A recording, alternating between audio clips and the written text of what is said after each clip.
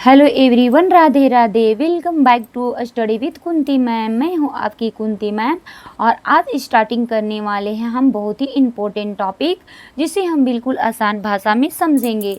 तो चलिए बिना समय गंवाए शुरू करते हैं आज की अपनी पढ़ाई। और हम लोग खोटा में पढ़ेंगे खोटा शिक्षण शास्त्र। तो पैडागोजी पढ़ेंगे नई शिक्षा नीति 2020 के आलोक में बहुभाषिक कक्षा, द्विभाषिक सामग्री और स्थानीय क्षेत्रीय ज्ञान पर आधारित खोटा भाषा शिक्षण करेंगे। राष्ट्रीय शिक्षा नीति 2020 के आलोक में बहुभाषिक कक्षा का परिचय जानेंगे।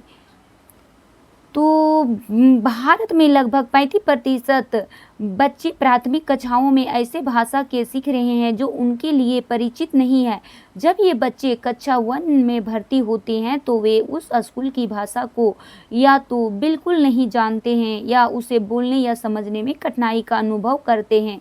यहाँ माना जा रहा है कि 35% जो प्राइमरी स्कूल में प्राइमरी के बच्चे होते हैं वो बिल्कुल यानी कि बच्चे हैं भाषा नहीं जानते हैं, यानी कि मदर टंग तो रीजनल लैंग्वेज बोला जाए वो बिल्कुल नहीं जानते हैं बच्चे। लेकिन वहाँ तो मदर टंग बच्चे जान रहे, लेकिन उस स्कूल में तो बच्चा का पढ़ाई नहीं हो रहा है। तो यहाँ पे वही बात हो रहा है कि ऐसे बच्चे होते हैं जो बिल्कुल जो है 35% जो है वो भाषा को नहीं समझ पाते हैं, और नहीं समझ पाने की वजह से क्या होते हैं, उन्हें पढ़ने में कठिनाई अनुभव होती है।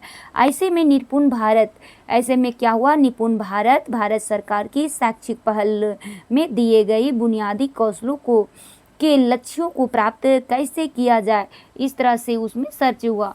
तो जिस भाषा को बच्चे को ठीक तरह से समझ नहीं पाते हैं उसमें वे समझ के साथ धारा प्रवाह रूप से पढ़ने या स्वतंत्र रूप से लिखने में कैसे समझ होगा। मतलब कि जिसको बच्चे समझ ही नहीं पा रहे हैं, जिसके बारे में थोड़ा सा भी पढ़ लिख नहीं पा रहे, तो फिर बच्चा का धारा प्रवाह पढ़ाई कैसे हो पाएगा, कैसे निपुण होगा।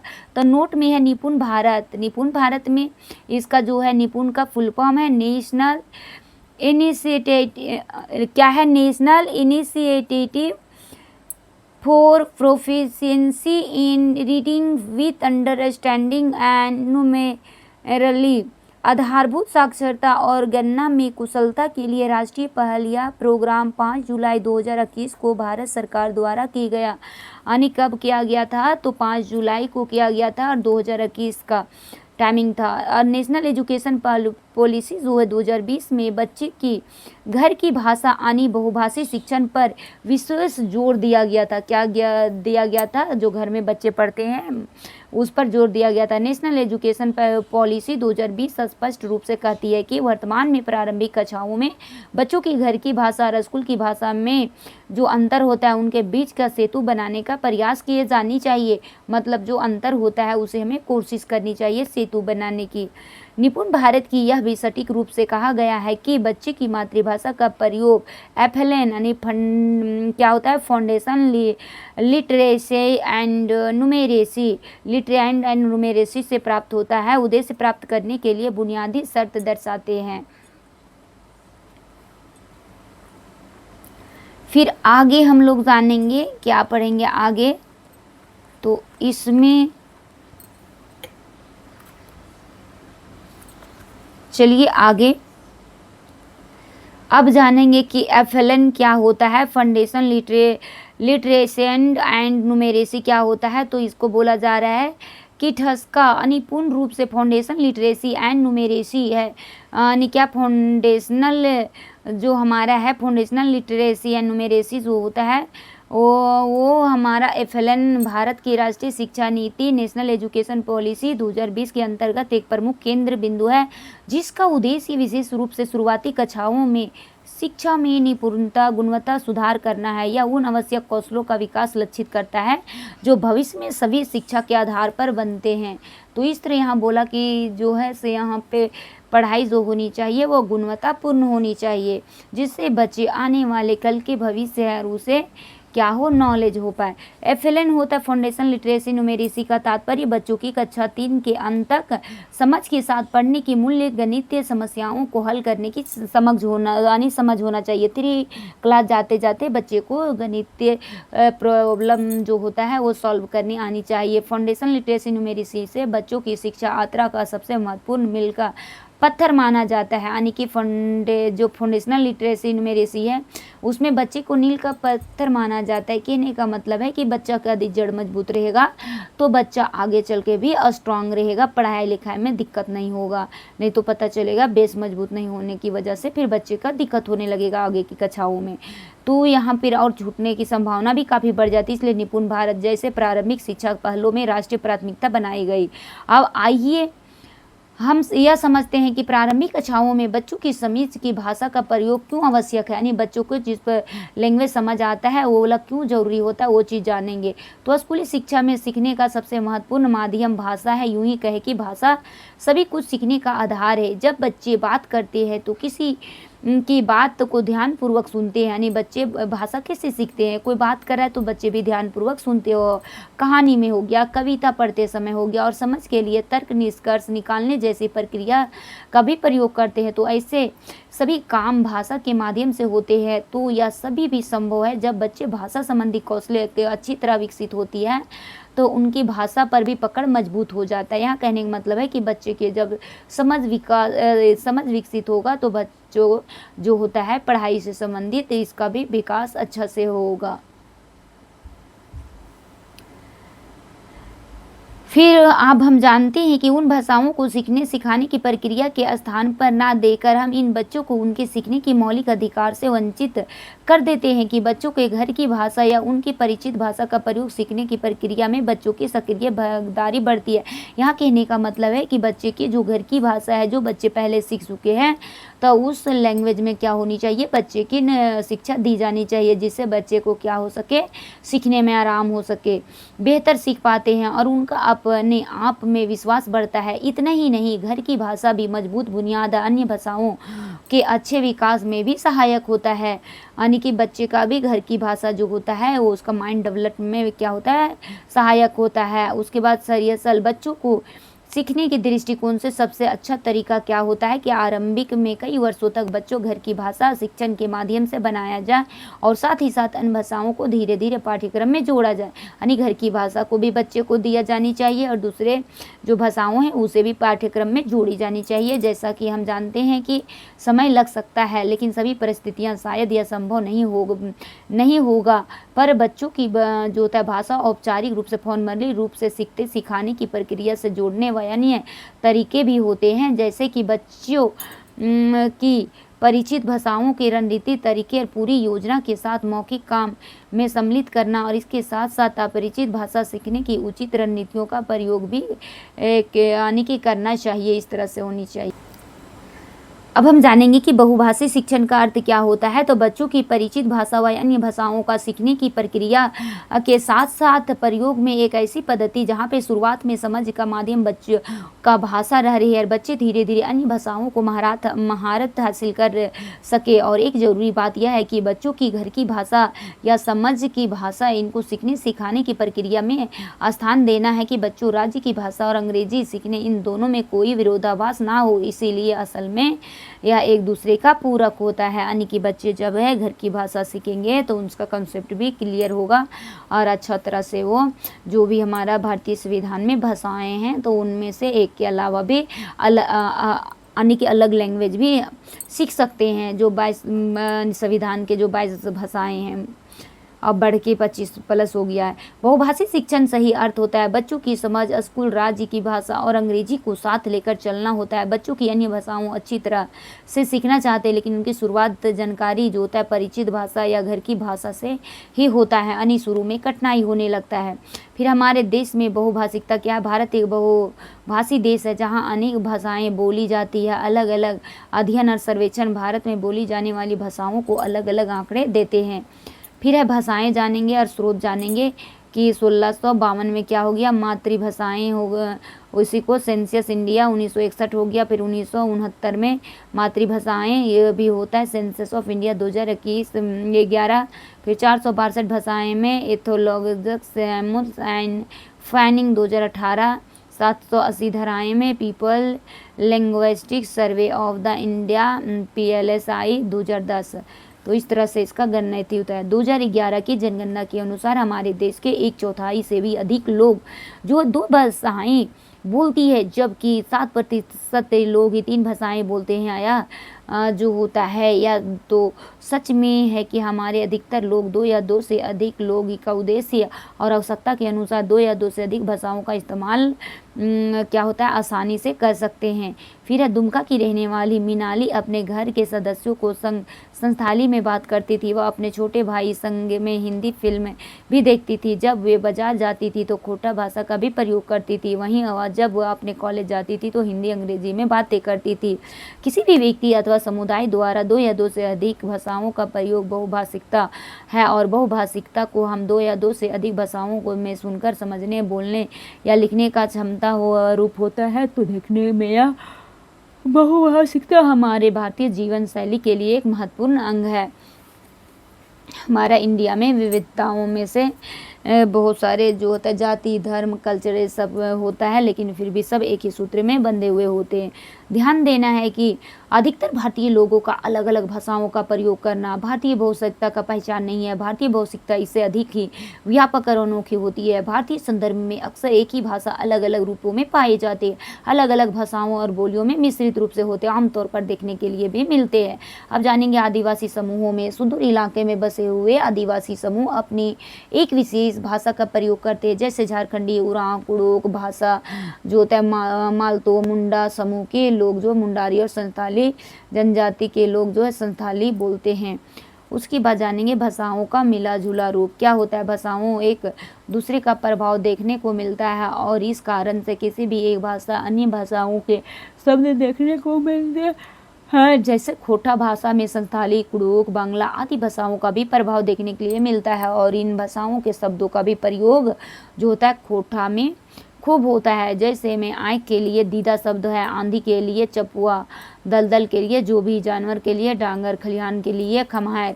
इस तरह से खोटा में प्रयोग होता है। एक भाषा के अलग अलग रूप होते हैं। भाषा के 6 क्षेत्रीय रूप में पाए जाते हैं। शिखरिया खोटा, गोलवारी खोटा, रामगढ़िया खोटा, पारनदिया खोटा, देशवाली खोटा, संथाली, परगनिया खोटा, ये सब होता है अलग अलग खोटा के रूप। इस प्रकार से हमने देखे कि एक ही भाषा के कई क्षेत्रीय भेद भी होते हैं। अब लिंग या संपर्क की भाषा, लिंग्विजा फ्रांका तो है जब किसी क्षेत्र में अलग अलग भाषा संबंधी समुदाय के लोग आते तो मिलजुल कर रहते हैं और तो ऐसे में भी अपनी भाषा, व्यवहार और कामकाज के लिए किसी भी लिंग के संपर्क भाषा का प्रयोग करते हैं और जिसे संपर्क भाषा बोलते हैं।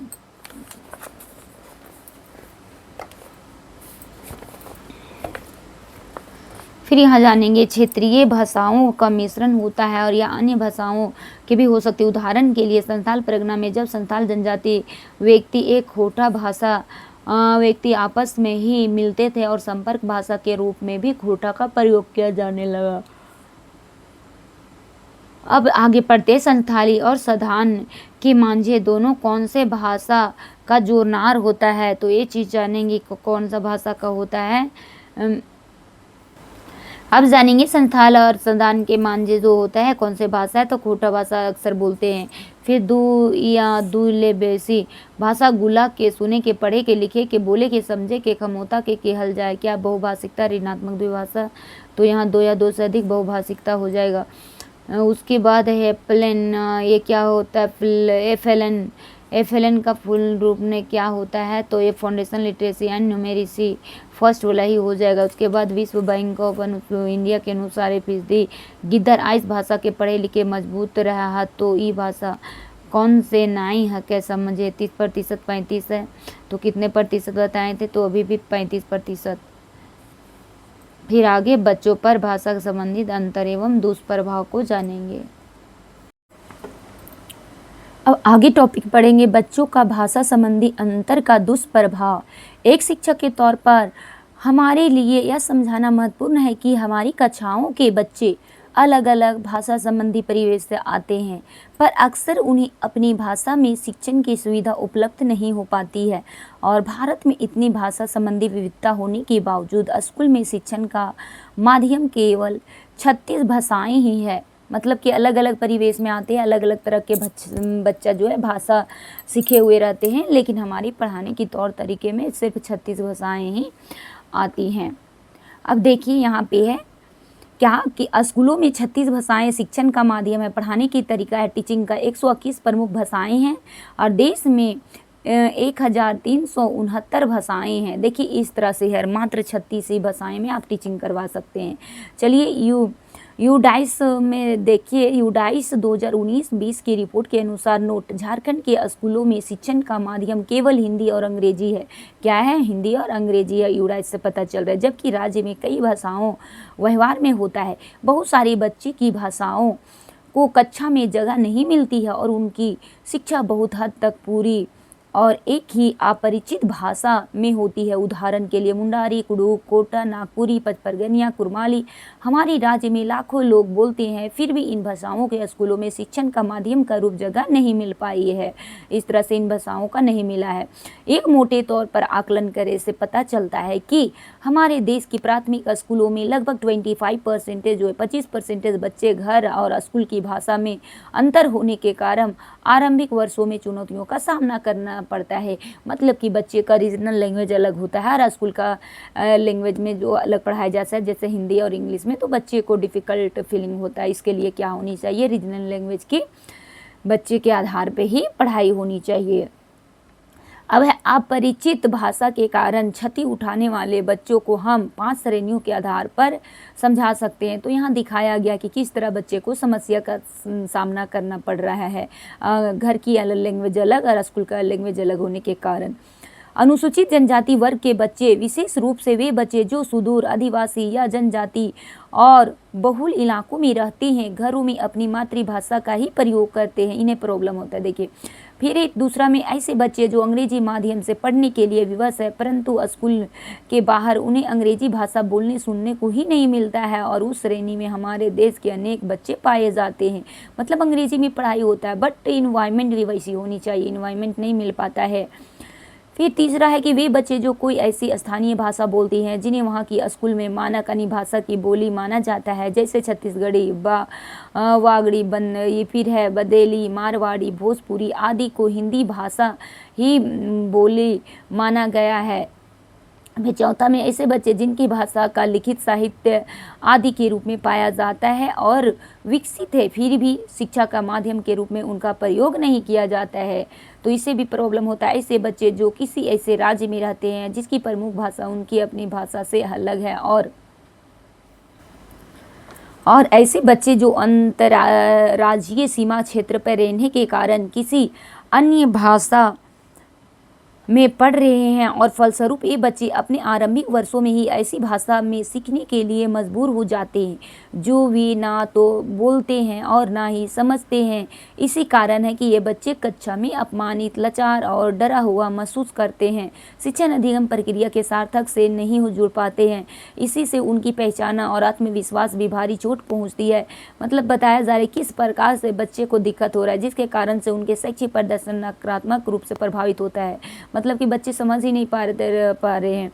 और अतः बतौर शिक्षक हमारे लिए यह जानना बहुत महत्वपूर्ण है कि हमारी बच्चों की भाषा और स्कूल की भाषा में अंतर कितना है, ताकि उनके अनुसार शिक्षण प्रक्रिया तराशा जा सके। यानी एक शिक्षक होने के नाते एक शिक्षक को ये होनी चाहिए, पता करनी चाहिए कि आखिर के बच्चे को किस लिए प्रॉब्लम हो रहा है, कहाँ पे प्रॉब्लम हो रहा है, क्या हमारे बच्चे के पर जो है स्कूल की लैंग्वेज और जो घर में सीखे हैं दोनों में ज़्यादा अंतर हो रहा है, क्या हो रहा है। फिर है शिक्षण अधिगम प्रक्रिया में बच्चों की परिचित भाषा का उपयोग का महत्व, किस तरह से, यानी कि जब बच्चे जो लैंग्वेज को पहले से जान चुके यदि उसी में पढ़ाया जाएगा तो कितना मज़ा आएगा, और पहले था कि जिसमें वो जानता ही नहीं पढ़ाया जा रहा है तो फिर दिक्कत हो रहा था, देख लिया आप लोग। फिर शिक्षण ये हो जाएगा कक्षा में बच्चे की भाषा का प्रयोग क्यों, कैसे और कैसे, इसे समझने के लिए 2 शिक्षक की कक्षा को समझाने का प्रयास करेंगे, जिसे सीखने सिखाने की प्रक्रिया की मूलभूत अंतर देखेंगे। आइए मोहनलाल जी कक्षा में या बहुत से मेहनती भारती शिक्षक है जो झारखंड के हजारीबाग जिले में पढ़ाते हैं। कुछ बच्चे खोटा संताली बोलते हैं। मोहनलाल जी अलग अलग तरह की शिक्षण सामग्री और विभिन्न गतिविधियों का इस्तेमाल करेंगे, लेकिन इनकी समस्या ये है कि बहुत मेहनत करने के बाद भी उनकी कक्षा में बच्चों की भागीदारी बहुत कम है और परीक्षा में बच्चे की प्रदर्शन बहुत नहीं है। मोहनलाल जी का मानना है कि बच्चे की घर की भाषा कक्षा से बिल्कुल इस्तेमाल नहीं करना चाहिए। ऐसा करने पर बच्चे हिंदी नहीं सीख पाएंगे और पीछे ही छूट जाएंगे और उनकी शिक्षण प्रक्रिया जो है इसी की मान्यता के इर्द गिर्द घूमती है। आइए देखेंगे कि यह अपनी कक्षा में किस तरह का काम करेंगे। मोहनलाल जी का जानना है बच्चे घर की भाषा को बिल्कुल नहीं यूज करेंगे। जिस लैंग्वेज में पढ़ाया जा रहा है, यदि हिंदी में पढ़ाया जा रहा है तो बच्चे को हिंदी में ही सीखना होगा, बातें करना होगा, नहीं तो फिर नहीं कभी सीख जाएंगे। अब देखते हैं मोहनलाल जी क्या करते हैं। मोहनलाल जी, बच्चे आज इस चित्र की पर बात करेंगे। मैं इसी चित्र से संबंधित कुछ सवाल भी आपसे करूंगा। मोहनलाल जी बता रहे हैं बच्चों को, उसका जवाब जिससे पता होगा वही पहले हाथ ऊपर करेंगे और फिर जिससे मैं कहूँगा वो जवाब देगा। जवाब हिंदी में देना है सभी को, ठीक है। मोहनलाल जी कहते हैं कि अपना घर की भाषा में नहीं बताना है। बच्चे बताओ इस चित्र में क्या दिखाई दे रहा है। बताओ बेटा। चूलेश्वरी नाम ही है लड़की का। चूलेश्वरी ई एगो गाछ है, यानी कि बता रही है लड़की कि एगो एगो गाछ। फिर मोहनलाल जी, गाछ और रुख क्या होता है, क्यों, और बताओ। बच्चा, सर ईटा तो रुख है। मोहनलाल जी, तुम भी गलत बोल रही हो, चित्र ध्यान से देखो, यह एक गाछ है। मैंने पहले भी बताया था कि जब हिंदी में ही देना है, जब आप क्या देना है, हिंदी में देना है, ठीक। बच्चे फिर भी कोशिश करें। इसी गाछ पर कौन सा फल लगा है बेटा? रतन तुम बताओ। शिक्षक बता रहे हैं। रतन, सर ये तो आम तो है। मोहनलाल जी, फिर वही बात है। कमलेश तुम बोलो। कमलेश, पाकल आम तो है सर। फिर मोहनलाल जी, ओहो, चुप हो जाओ सभी, इन गाछ पर आम के फल लगे हैं। बार बार इतना मना करने के पर भी पता नहीं है क्यों तुम लोग मिली जुली भाषा का प्रयोग कर रहे हो। टीचर बता रहे थे कि नहीं आपको यानी कि जो भाषा में पढ़ाया जा रहा है हिंदी में, तो हिंदी में भी बताना है, लेकिन बच्चे अपने मदर टंग के आधार पे बता रहे थे, यानी जो घर में सीख रहे हैं रीजनल लैंग्वेज उसके आधार पे। चलो छोड़ो, विस्तार से बताओ आम के पेड़ से हमें क्या क्या लाभ होते हैं। मोहनलाल जी, इस सवाल के जवाब में ना तो किसी ने बच्चे ने हाथ पर उठाया और ना ही किसी ने मोहनलाल जी के नज़रें मिलाई, क्योंकि पिछले सवालों में उन्हें जैसे तैसे अनुमान लगाकर समझ गए थे, पर सवाल तो उनके सिर के ऊपर से ही निकल गया था। अब मोहनलाल जी ने उस प्रश्न का थोड़ा सरल बनाकर पूछा कि यह बताओ कि आम के पेड़ से क्या क्या लाभ होते हैं। वाचक, यह सवाल सुनते ही बच्चे घबरा गए, क्योंकि उन्हें पता था कि उनका जवाब गलत होने पर ही वाला है। बच्चे अपने ज्ञान को हिंदी में व्यक्त करने के लिए सक्षम नहीं थे, यानी नहीं बता पा रहे थे। बच्चा, हमें तो जानो ही मुंदा काहे में डर लागल रहे है। बच्चा, हमरा तो पता है। इस तरह से बच्चा लोग बता रहे हैं टीचर को। फिर मोहनलाल जी को लगा कि किसी की सवाल का जवाब बच्चे को नहीं पता, इसलिए वे चुप रहे। इसलिए उन्होंने स्वयं ही आम के पेड़ के सभी लाभों और अंगों के बारे में विस्तार से हिंदी में बताया और निराश होकर कक्षा से बाहर चले गए। इस तरह आम के गाछ पर चर्चा संपन्न हुई। यानी वो अपने बताएं, बच्चे तो नहीं बता पाए। बच्चे जानते थे, लेकिन उन्हें लगा था कि नहीं बताएंगे फिर टीचर हमें डांटेंगे, क्योंकि बच्चा अपने मदर टंग के आधार पर, रीजनल लैंग्वेज के आधार पर बता रहे थे कोटा में। आइए अब महिमा जी को कक्षा में देखते हैं। यह कोडरमा जिले की है। महिमा जी 2009 से कक्षा पहली को पढ़ा रही है। यह गांव बिहार राज्य से लगा हुआ है, इसलिए यह बिहार भाषा, रीति रिवाज, खान पान, रहन सहन आदि का प्रभाव आसानी से देखा जा सकता है। महिमा जी की कक्षा में कुछ बच्चे झारखंडी तो कुछ बच्चे बिहारी बोलते हैं। और आइए महिमा मैडम की एक दिन की कक्षा का अवलोकन करते हैं। यहाँ दो टीचरों को बताया गया कि किस तरह एक टीचर जो था वो अपना बोलते थे कि नहीं हिंदी है तो हिंदी में ये बच्चे को जवाब देना पड़ेगा, आए चाहे नहीं, कोशिश करना होगा तभी तो बच्चे सीखेंगे। और अब आई हैं महिमा जी। अब देखिए महिमा जी का क्या रूप है। महिमा जी मैडम बच्चों की कक्षा की पहली हिंदी पाठ्य पुस्तक का पाठ 17 और बांदर और गिलहरी पढ़ा रही है। महिमा जी बच्चों को आज यह कहानी पढ़ाएंगे, कहानी पढ़ाएंगे जाएंगे और बताओ इस चित्र में तुम्हें क्या क्या दिखाई दे रहा है, इनके नाम बताओ। देखिए महिमा जी उन्हीं बच्चे को छूट दे रही है, बताओ बच्चे क्या क्या दिख रहा है। बच्चा रूखी, अन्य बच्चा बांदर और गाछ, बच्चा गाछ और बांदर सुनते ही सुते ही रहले हैं, यानी पूरा सुन रहे थे। फिर महिमा जी अच्छा तो रूखी क्या कर रहा है, देखिए उनका जो है घर का लैंग्वेज में बता रही है। बच्चा रूखी बांदर के पूछिया इधर उधर खींचे लागल है, बच्चा बोल रहा है कि इसका बंदर का पूछी इधर उधर खींच रहा है। तो फिर महिमा जी बोली अच्छा तो ऐसा करने से बांदर क्या जो है क्यों यानी क्या करेगा। तो बच्चा बोला ओकरा जो है दफ्तर के ऐसा नहीं करे चाहिए, मतलब उस तरह से नहीं करना चाहिए, बंदर ओकरा मारता है, यानी बच्चे बोल रहे हैं बंदर जो है उसको मारेगा।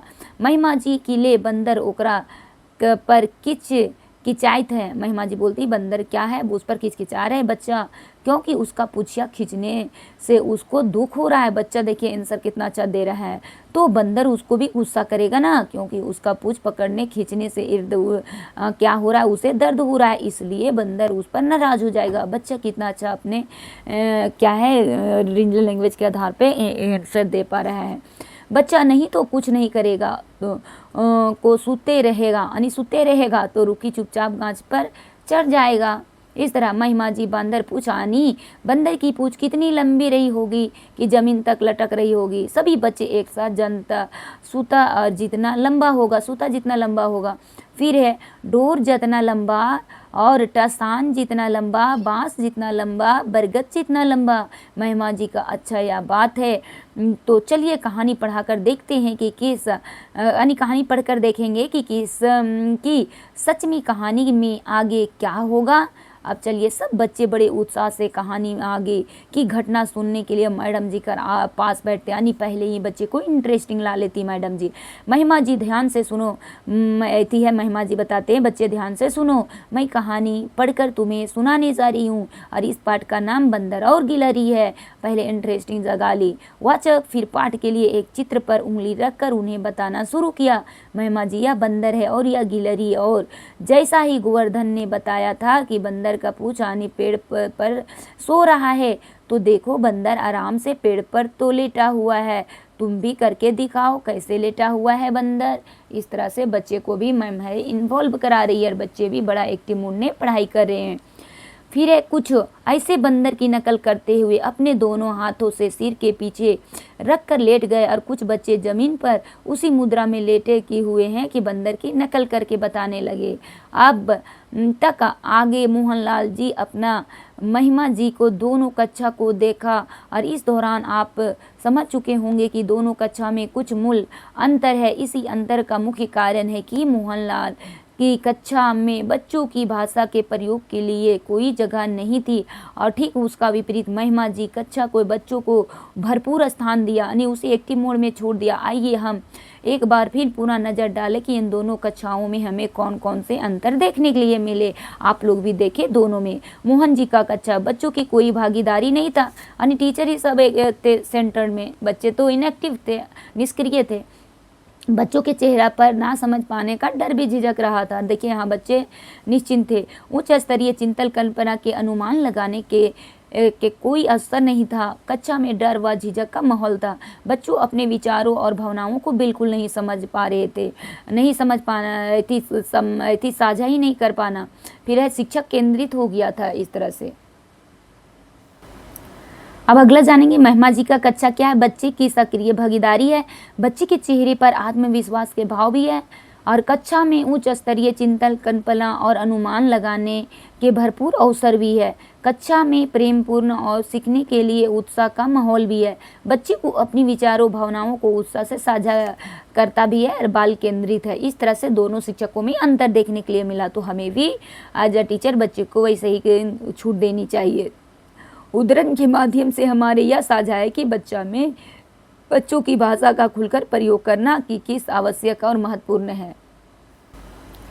फिर आगे आरंभिक कक्षाओं में बच्चों की मातृभाषा के प्रयोग का महत्व किस तरह से होता है। शिक्षा में भाषा ही सब कुछ ही नहीं है, लेकिन भाषा के बिना शिक्षा में तो भी सब कुछ भी नहीं है। उल्फ जो है 2000 देखेंगे 6 में क्या हुआ था, तो यहाँ जब बच्चे भाषा सीखते हैं तो वे बहुत सारे विषयों में से सिर्फ एक ही विषय नहीं सीख रहे होते हैं, बल्कि वे सीखने की आधारशिल सीख रहे होते हैं। और हॉलीडे 1993 की बात थे, यानी कि क्या है हॉलीडे बोले, सॉरी है ये हॉलीडे है, हॉलीडे 1993 1993 की बात है। आपने उदाहरण में स्पष्ट तौर पर देखा होगा कि जब शिक्षण क्या हो रहा है, जब शिक्षण में बच्चों की समझ की भाषा का प्रयोग किया जाता है तो बच्चे बहुत से लाभ देखने के लिए मिलते हैं। दरअसल भाषा केवल अपनी बात कहने का ही नहीं है, बल्कि सीखने, सोचने और समझने का भी साधन है। भाषा सीखने की सभी प्रक्रियाओं में मदद करती है। भाषा शिक्षा और सीखने सिखाने की सभी प्रक्रियाओं के केंद्र में है। बच्चे अन्य लोगों से बातचीत कर रहे हैं, सुनकर, पढ़कर, सवाल पूछकर, तर्क वितर्क विश्लेषण कर, समूह में काम कर या एक दूसरे के साथ कल्पना भरी बातें का विभिन्न चीज़ों के बारे में ही अपनी समझ बनाते हैं। यदि बच्चे को स्कूल में इस्तेमाल की जाने वाली भाषा बोलती है तो समझ नहीं पाता हो तो उनके लिए स्कूली शिक्षा से जुड़ना असंभव हो जाता है, यानी अलग अलग हो जाने पे, थोड़ा नहीं समझ पाने पे दिक्कत हो जाता है। बच्चों की समझ भाषा शिक्षण प्रक्रिया इस्तेमाल करना अनिवार्य होता है, यानी कि बच्चे के घर की भाषा स्कूल की भाषा लगभग मिलता जुलता होनी चाहिए, नहीं तो कम से कम बच्चे को छूट भी देना चाहिए थोड़ा सा समझने के लिए। उसके बाद फिर बच्चे स्कूल के लैंग्वेज में आएंगे तो ठीक रहेगा। फिर जानते वन में घर की भाषा, समझ की भाषा, परिचित भाषा, मातृभाषा, उसको हम नाम देंगे L1 की मदद से शिक्षण अधिगम प्रक्रिया में बच्चों सक्रिय भागीदारी हो गया, नहीं एक्टिव मूड में रहेंगे, सुनिश्चित हो पाती है और बाल केंद्रित बना भी रहेगा यदि L1 में छूट दिया जाएगा तो। फिर आगे जानेंगे L1 की मदद से बच्चों की कुछ भी सोचना, समझना, कल्पना करना, उच्च स्तरीय चिंतन का काम करना, खुद को व्यक्त करना आसान हो जाता है। बच्चे को चूँकि अपने ही भाषा में यदि बोलने को मौका मिलेगा तो वो डरेंगे नहीं, आराम से बोल लेंगे। फिर L1 की मदद से बच्चों को अनुभव और पूर्व ज्ञान को ही स्कूल का ज्ञान से जोड़ना सहज हो जाता है। जैसे बच्चे कोटा सीख में बात कर पा रहे तो उसी को कोटा को लेते हुए बच्चे को हिंदी में कन्वर्ट कर देना है, जो नए ज्ञान की रचना में मदद करता है। NCEP 2005 में भी कहता है कि सीखने की प्रक्रिया में ज्ञात से क्या होनी चाहिए, पहले जो जान रहा है उसको ज्ञात से क्या होनी चाहिए, अज्ञात की तरफ चलना चाहिए। तो पहले ज्ञात या अज्ञात या परिचित से अपरिचित की ओर बढ़ना चाहिए, यानी बच्चे पहले जो भाषा जान रहे हैं उसको सीखना चाहिए, बाद में फिर कन्वर्ट होनी चाहिए। कक्षा में शिक्षण के लिए बच्चों घर की भाषा का इस्तेमाल करने से उनका आत्मसम्मान और आत्मविश्वास बढ़ता है और शिक्षक भी उसका क्या होता है रिश्ता में भी अधिक आत्मीय और सहज बन पाते हैं। बच्चों में भी ऐसी सकारात्मक भावनाएं और उनको शिक्षण प्रक्रिया में बहुत अच्छी तरह से जोड़ती है। विभिन्न शोध में भी इसी बात की पुष्टि करते हैं कि आत्मसम्मान, विश्वास और भावनात्मक सुरक्षा और प्यार भरा हुआ माहौल मिलता है उस तरह से बच्चों को बेहतर सीखने में, समझने में मदद होता है। अब जानेंगे स्कूल में किसी बच्चे की भाषा को खारिज करना बच्चे के खारिज करने के बराबर होता है। मतलब उसका जो है घर की भाषा यदि उसको नकारा जाए L1 तो फिर हो सकता है बच्चे को सीखने में क्या हो जाएगा, थोड़ा दिक्कत होगा। जिम जो होता है किम्स के अनुसार क्या बोलते हैं, तो मातृभाषा शिक्षण में सभी विषयों में बच्चों की समझ बढ़ती है जिस और सीखने का स्तर भी बेहतर होगा। बोल रहा है मदर टंग, यानी जो बच्चे मातृभाषा में पढ़ाई करते हैं तो उसे क्या होता है, समझने में बच्चे को आसान हो जाता है।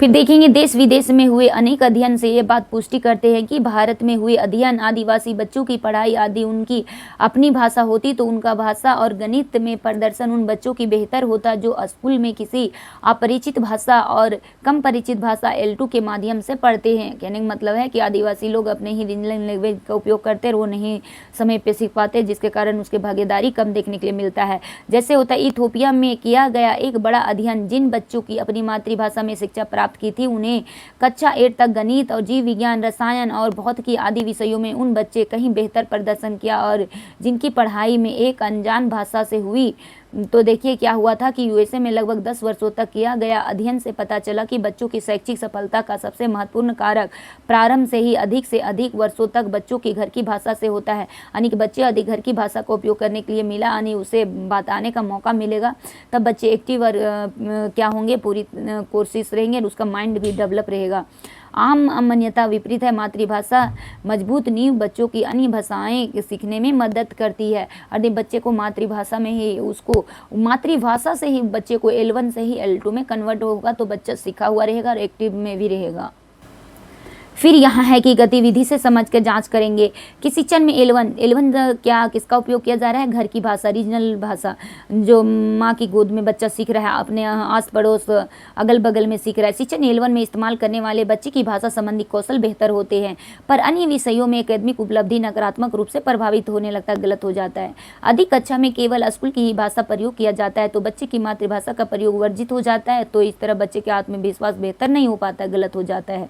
अधिक बच्चे को अपनी मातृभाषा को बेहतर पकड़ बनेगी तो वह अन्य भाषाओं को जब जल्दी ही सीख लेगा। इस तरह से बोला जा रहा है। बच्चे की भाषा उन्हें दूसरी भाषा सीखने में कैसे मदद करता है। यहाँ बोला जा रहा है कि बच्चे को जो अपनी रीजनल जो भाषा है, जो घर में सीखा हुआ भाषा और स्कूल के भाषा से यदि वो बोलने के लिए मिल जाएगा तो दोनों क्या होगा, उस भाषा सीखा हुआ से दूसरा भाषा आसान से वो सीख सकता है कोरिलेट करके। क्या बच्चों की घर की भाषा उन्हें अन्य भाषाओं सीखने में मदद करती है? यस करती है। हमें भी इसे अधिकतर साथी मानते हैं कि अगर कक्षा में बच्चों की भाषा का प्रयोग अधिक किया जाए और बच्चों की स्कूल की भाषा अंग्रेजी सीखने में परेशानी होगी या अन्य भाषाओं को सीखने के लिए समय नहीं बचेगा तो दरअसल यह एक भ्रांति है। शिक्षक के लिए बता रहे एक भ्रांति है। सच में तो यह है कि परिचित भाषा की मजबूत और बुनियाद बच्चों की अन्य भाषाओं को सीखने में रुकावट नहीं डालती है। बोला जा रहा है जो बच्चा सीखा है वो भाषा दूसरे भाषाओं सीखने में आने रुकावट नहीं डालती बल्कि मजबूत बनाती है, बल्कि सकारात्मक रूप से मदद करती है। फिर है 10 विषय पर शोध किया गया है कि विज्ञान आधारित सच प्रस्तुत करने के लिए आपको एक उदाहरण बताना चाहूँगा जिससे आप भी यह समझ पाएंगे कि परिचित भाषा अच्छी तरह से सीखने से अन्य भाषाओं की इस प्रकार से मदद मिलता है। यहाँ बोला जा रहा है कि परिचित भाषा जो घर की भाषा जो बच्चे सीखे हैं तो उसी से हम कन्वर्ट कराएंगे बच्चे को, स्कूल का भाषा को डायरेक्ट देंगे, फिर बच्चे कमज़ोर हो जाएंगे। आइए उदाहरण देखते हैं। शिक्षिका, अरे क्या तुमने यह न्यूज़ देखी? न्यूज़, कक्षा में मातृभाषा बोलने पर बच्चों को मिली कड़ी सजा। फिर है शिक्षिका, मुझे तो न्यूज़ देखकर बिल्कुल अच्छा नहीं लगा, बहुत दुख हुआ। शिक्षिका 2 ने क्या बताई? हाँ तुम ठीक कर रहे हो, यह तो तरीका तो बिल्कुल गलत है, लेकिन मेरे ख्याल यह है करना जरूरी है कि नहीं तो ये बच्चे अंग्रेजी कैसे सीखेंगे। बता रही हैं, मैं अपनी कक्षा में बच्चों को खोटा में बिल्कुल बात नहीं करने देती। 2 शिक्षिका आपस में बातें कर रही हैं, बोल रही है कि हम अपने जो बच्चे के हैं परिचित भाषा जो घर की भाषा खोटा उसमें बात नहीं करने देते, नहीं तो कैसे बच्चे सीखेंगे। हाँ पर ऐसा सजा नहीं देती। दूसरी शिक्षिका बोल रही है, मैं बस उनको बोलती हूँ कि हिंदी में ही बात करे, खोटा स्कूल में बोलने की ज़रूरत नहीं है।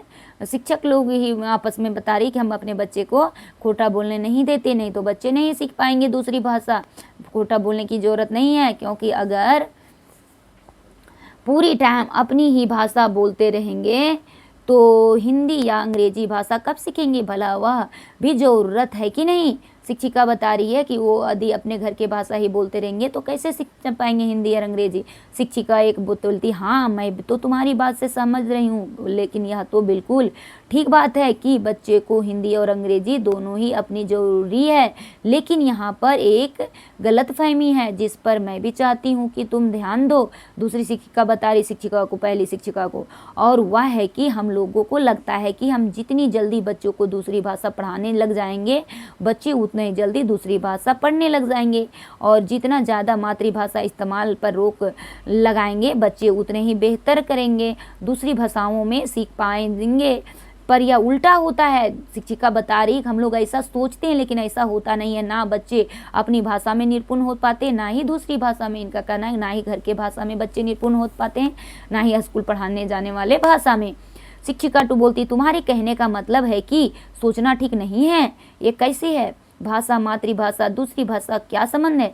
और वे वैसे ही अगर हमारा दिमाग पूरी ताकत और समय मातृभाषा में लगा दो तो दूसरी भाषाओं दिमाग की जगह कहाँ बचेगी, ये टीचर बता रही है। शिक्षिका 1 बताएगी कि यह तो सबसे बड़ी गलतफहमी है। फिर बोली तुम तो गलतफहमी में जी रही हो टीचर जी, ऐसा नहीं होता है। यदि बच्चे जो पहली भाषा घर की भाषा सीखे रहते हैं तो वो फिर दूसरी भाषा सीखने में आराम हो जाता है। यदि उसको बोलने के लिए मौका मिल जाएगा तो वो डरेंगे नहीं, बेहिचक जो बोलना रहेगा बोलेंगे, बेझिझक। यह एक बहुत बड़ी भ्रांति है जिसे माना जाता है कि मानव मस्तिष्क का अलग अलग भाषाएं अलग अलग गुब्बारों की तरह अपनी जगह बनाती है, और यदि मातृभाषा गुब्बारा बड़ा हो गया हो तो अन्य भाषाओं के लिए जगह नहीं बचेगी। मतलब यदि बच्चे के घर की भाषा लंबे समय तक सीखने का काम किया गया हो तो हिंदी या अंग्रेजी सीखने का समय नहीं बचेगा। शिक्षिका पूछ रही है बच्चों का नुकसान होगा। यह मान्यता पूरी तरह गलत है। पहली शिक्षिका बता रही है बच्चों को घर की भाषा के लिए मस्तिष्क ज़्यादा जगह है और कक्षा में देने के लिए भी अन्य भाषाओं के लिए मस्तिष्क में जगह कम रह जाती है। दरअसल ये भाषा से जुड़े में बहुत ही से कौशल ऐसे हैं जो अलग अलग भाषाओं को भी एक समान ही होते हैं, और यदि वे मातृभाषा ठीक प्रकार से विकसित हो जाते हैं तो अन्य भाषाओं को पकड़ बनाने में बहुत मददगार साबित होता है। तो इस तरह शिक्षिका जो थे दूसरे शिक्षिका की आँख खोल दी। दूसरी शिक्षिका अच्छा तो मुझे यह बात मालूम ही नहीं था, क्या मुझ में बता सकती हो कि ये कौन से कौशल हैं जो अलग अलग भाषाओं में भी एक समान ही होते हैं, एक भाषा में सीखने और दूसरी भाषा में भी मदद करता है। शिक्षिका 1 बताएगी कि बिल्कुल, चलो हम तुम्हें एक उदाहरण से समझाती हूँ, उसे तुम्हें यह समझने में बहुत मदद मिलेगा। इस उदाहरण में हम यह समझाएंगे कि बच्चों की मातृभाषा उन्हें अन्य भाषाओं सीखने में कैसे मदद करती है। अरिया साझा अंतर्निहित निपुणता का सिद्धांत जिम कमिन्स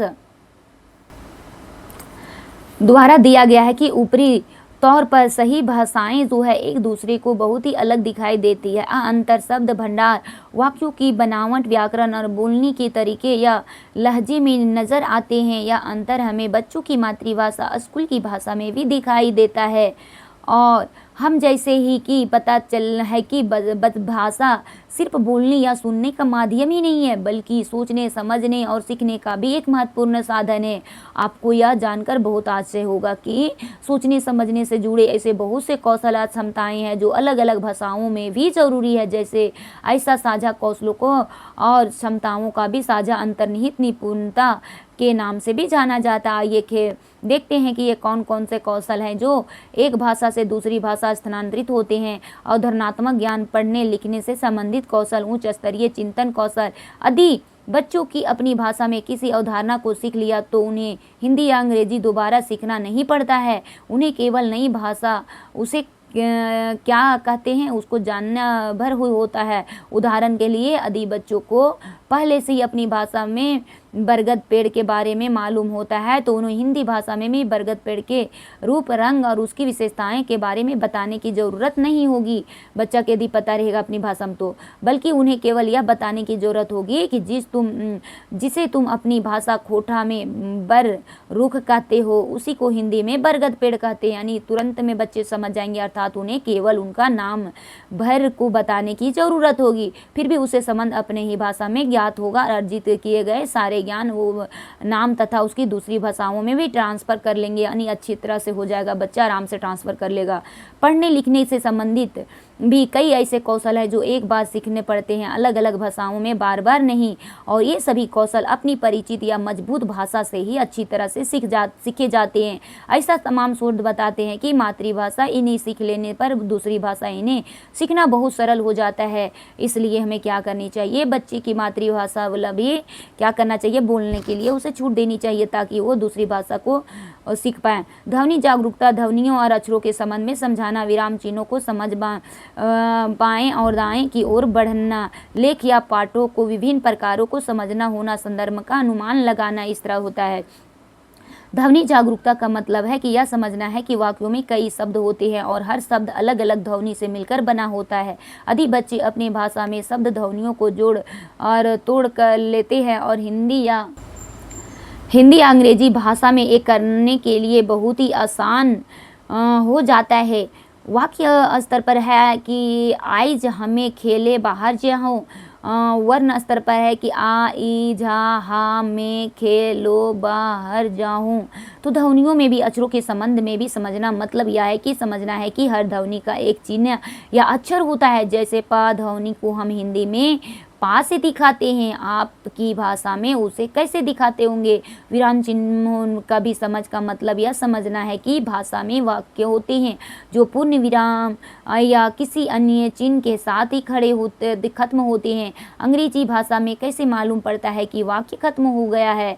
बाएं से दाएं पढ़ने का मतलब यह समझ विकसित होना है कि किसी पाठ को बाएं से दाएं की ओर पढ़ा या लिखा जाता है तो यह आत्मसात कर लेना है। पढ़ने या लिखने के दौरान हमारी उंगलियां और आंखें बाएं से दाएं की ओर जाती है। क्या आप किसी ऐसी भाषा के बारे में जानते हैं जिन्हें अलग तरह से पढ़ी और लिखी जाती हो। फिर है लेखों या पाठों की विभिन्न प्रकार की समझ का मतलब यह समझ पाना है कि भाषा कोई भी हो उसे बात को कहने के लिए अलग अलग तरीके होते हैं। निबंध, सूचनात्मक लेख, पोस्टर, समाचार, आर्टिकल्स आदि होते हैं। उनके लेखन शैली पे ध्यान में रखते हुए उस पाठ का अर्थ समझना ऐसा है कि कौशल में जो आसानी से है भाषा दूसरी भाषा को स्थानांतरित हो जाता है, ट्रांसफर हो जाता है। फिर आगे जानेंगे कि संदर्भ से अनुमान लगाना मतलब यह समझ पाना है कि कहानी के कवर पेज या नाम कहानी के क्या होगा उसका अनुमान लगाया जा सकता है कि आसपास दिए हुए चित्र के आसपास वाक्यों में किसी भी शब्द का अर्थ का अनुमान लगाया जा सकता है। अनुमान से आप अलग अलग भाषाओं के एक तरीके से लगाते हैं और उच्च स्तरीय चिंतन कौशल का भाषा साझा कौशलों के यह सबसे महत्वपूर्ण कौशल है। ये मुख्यतः पाठ आधारित समझ और सोच विचार से जुड़े हैं। जो एक बार अपनी मातृभाषा सीख लेते हैं दूसरी बार बहुत से सरलता से प्रयोग किए जा सकते हैं। आपको नई भाषा केवल उस भाषा के शब्द सीखे होंगे जो सोच विचार के कौशल के सिरे से नहीं है सीखे होंगे। आइए इनको भी समझेंगे। किसी पढ़ी या सुनी या कहानी लेख के मुख्य विचार को बता पाना, किसी पाठ का सारांश बता पाना। फिर है क्या होता है पात्र वस्तुओं या घटनाओं को समानता और अंतर खोज पाना, किसी विषय के पर तर्क वितर्क कर पाना और कारण सहित अपना पक्ष रख पाना। ये सभी कौशल यदि अपनी मजबूती भाषा की भली प्रकार से सीख लिया जाते हो तो दूसरी भाषा सीखने के लिए एक मजबूत नींव का काम करेंगे, क्योंकि दूसरी भाषा के शब्द भले ही अलग हो पर उस भाषा में भी विषय के बारे में सोचे समझने का तरीका वैसा ही रहता है जैसा जड़ नहीं सिखाना पड़ता है। अब शिक्षिका दूसरी मैंने तो कभी इस तरह सोचा ही नहीं था। मातृभाषा दरअसल दूसरी भाषा सीखने का अवरोधक नहीं है बल्कि एक मजबूत नींव का काम करती है। तो आप समझ गए एज अ टीचर जब भी आप टीचर बनिएगा तो आपको भी पहले बच्चे को मातृभाषा में समझने का छूट दिया जाए, उसके बाद वो अपने ही स्कूल का लैंग्वेज जो दूसरी भाषा आराम से सीख लेगा। यह वीडियो देखकर मुझे ऐसा लग रहा है कि मातृभाषा एक पुल का समान है। हाँ रियल में है, जिसका इस्तेमाल किए बिना बच्चे को दूसरी भाषा नहीं सीख सकते हैं। बिल्कुल सही है शिक्षिका 1, क्या खूब कही, बहुत बढ़िया। वैसे अब तुम अपनी कक्षा में कोई नियम बदलने वाली हो या नहीं? फिर पूछती है क्या बदलोगी कि नहीं? शिक्षिका 2 बोलती है हरी हाँ अरे बिल्कुल वाकई है वाह गड़ी ना इस्तेमाल करने का नियम अब कक्षा के बाहर। अब तो बच्चे को मैं उनकी भाषा में ही चर्चा करने से चाहे वह व्यक्तिगत हो या अकादमी को बिल्कुल नहीं छोड़ती यानी उसको करूँगी दिक्कत करूंगी। किसी भी भाषा में नई अवधारणा पर कोई भी उच्च स्तरीय चिंतन का काम वागड़ी से ही शुरू करूंगी। जैसे ही पाठ का सारा बताना, अपनी राय देना, उसे बाद में ही हिंदी या अंग्रेजी में पढ़ाऊंगी। बोल रहे हैं पहले उसको अपने घर के भाषा में छोड़ देंगे। बच्चों की मातृभाषा और भाषाओं की नींव ठहरी यही हिंदी या अंग्रेजी सीखने का काम अलग से नहीं जारी रखूंगी। उनका शब्द भंडारण तो बढ़ाना ही होगा। जैसे होता है बच्चे घर की भाषा में समझे रहते हैं तो वो दूसरा में अपने से हो जाता है समझे हुए के, बस थोड़ा सा जैसे हिंदी में क्या बोलते हैं बोरगाछ बोलते थी खोटा में बोरगाछ, तो बच्चा आराम से बरगद पेड़ बोल पा लेंगे। शिक्षिका 1 ने जरूरत दिखाऊंगी कि मुझे भी होगी। चलिए आप अब कक्षा में चलते हैं। हमारे देश की नीति कानून और संविधान। तो शिक्षिका 1 बताती है भारतीय संविधान की धारा 350 का के अनुसार प्रत्येक राज्य और राज्य के अंदर प्रत्येक स्थानीय प्राधिकारी भाषा संबंधी अल्पसंख्यक वर्ग के बालकों को शिक्षा के प्राथमिक स्तर पर मातृभाषा में शिक्षा की पर्याप्त सुविधाओं की व्यवस्था करने की प्रयास करेंगे। शिक्षा का अधिकार कानून 2009 की धारा 2F में कहा गया है कि शिक्षा का माध्यम जहां तक संभव हो सके बच्ची मातृभाषा होनी चाहिए। अब देखिए राइट टू एजुकेशन है, शिक्षा का अधिकार कानून है। राष्ट्रीय शिक्षा नीति 2020 के अनुसार क्या बोलता है, छोटे बच्चे अपनी मातृभाषा के माध्यम से ही सबसे बेहतर रूप से सीखते हैं, यानी कि मातृभाषा जो घर की भाषा है उसके बाद स्कूल के भाषा में स्विच होनी चाहिए। जहाँ तक संभव हो सके है कम से कम 5वीं कक्षा तक बच्चों की पढ़ाई उनकी भाषा में होनी चाहिए। जहाँ तक संभव हो सके स्थानीय भाषा गुणवत्तापूर्ण पाठ्य पुस्तकों में शिक्षण सामग्री का निर्माण होना चाहिए। कक्षा में बहुभाषी शिक्षण को अपनाते हुए बच्चों को घर की भाषा और स्कूल की भाषा का सोच समझ प्रयोग किया जाना चाहिए। बच्चों को पढ़ने के लिए शुरुआत में उनकी अपनी भाषा में होनी चाहिए, यानी बच्चे को छूट दिया जाना चाहिए कि जिस तरह वो बोल सके पहले उसे बोलने का मौका मिलना चाहिए। तब अब होगा बहुभाषी, यानी अपने घर की भाषा सीखेंगे तब अदर भाषा बच्चे सीख लेंगे आराम से। बहुभाषी शिक्षण अर्थ और महत्व समझेंगे। पहले था एक ही शिक्षण घर का जो था अपना मदर टंग वाला। बहुभाषी शिक्षण क्या है, एक मिथक है। बहुभाषी शिक्षण का अर्थ अन्य भाषाएं नहीं सीखना है जिनकी मदद से हम बेहतर रोजगार आगे बढ़ने का मजबूत अवसर सुनिश्चित होते हैं, बल्कि इनके ठीक विपरीत बहुभाषी शिक्षण है। बच्चों की परिचित भाषा को मजबूत आधार बनाकर नई भाषाएं सोच समझे रूप में सिखाई जाती है। बहुभाषी शिक्षण का मतलब होता है रोजी रोजगार का नहीं सीख लिए तो दूसरे जगह जाएंगे कमाएंगे, ये चीज़ नहीं होता है, बल्कि जो बच्चे पहले भाषा लैंग्वेज 1 घर की भाषा सीखे हुए रहते हैं तो वो आसानी से लैंग्वेज 2 जो है स्कूल की भाषा सीखने में उसे मदद मिलता है।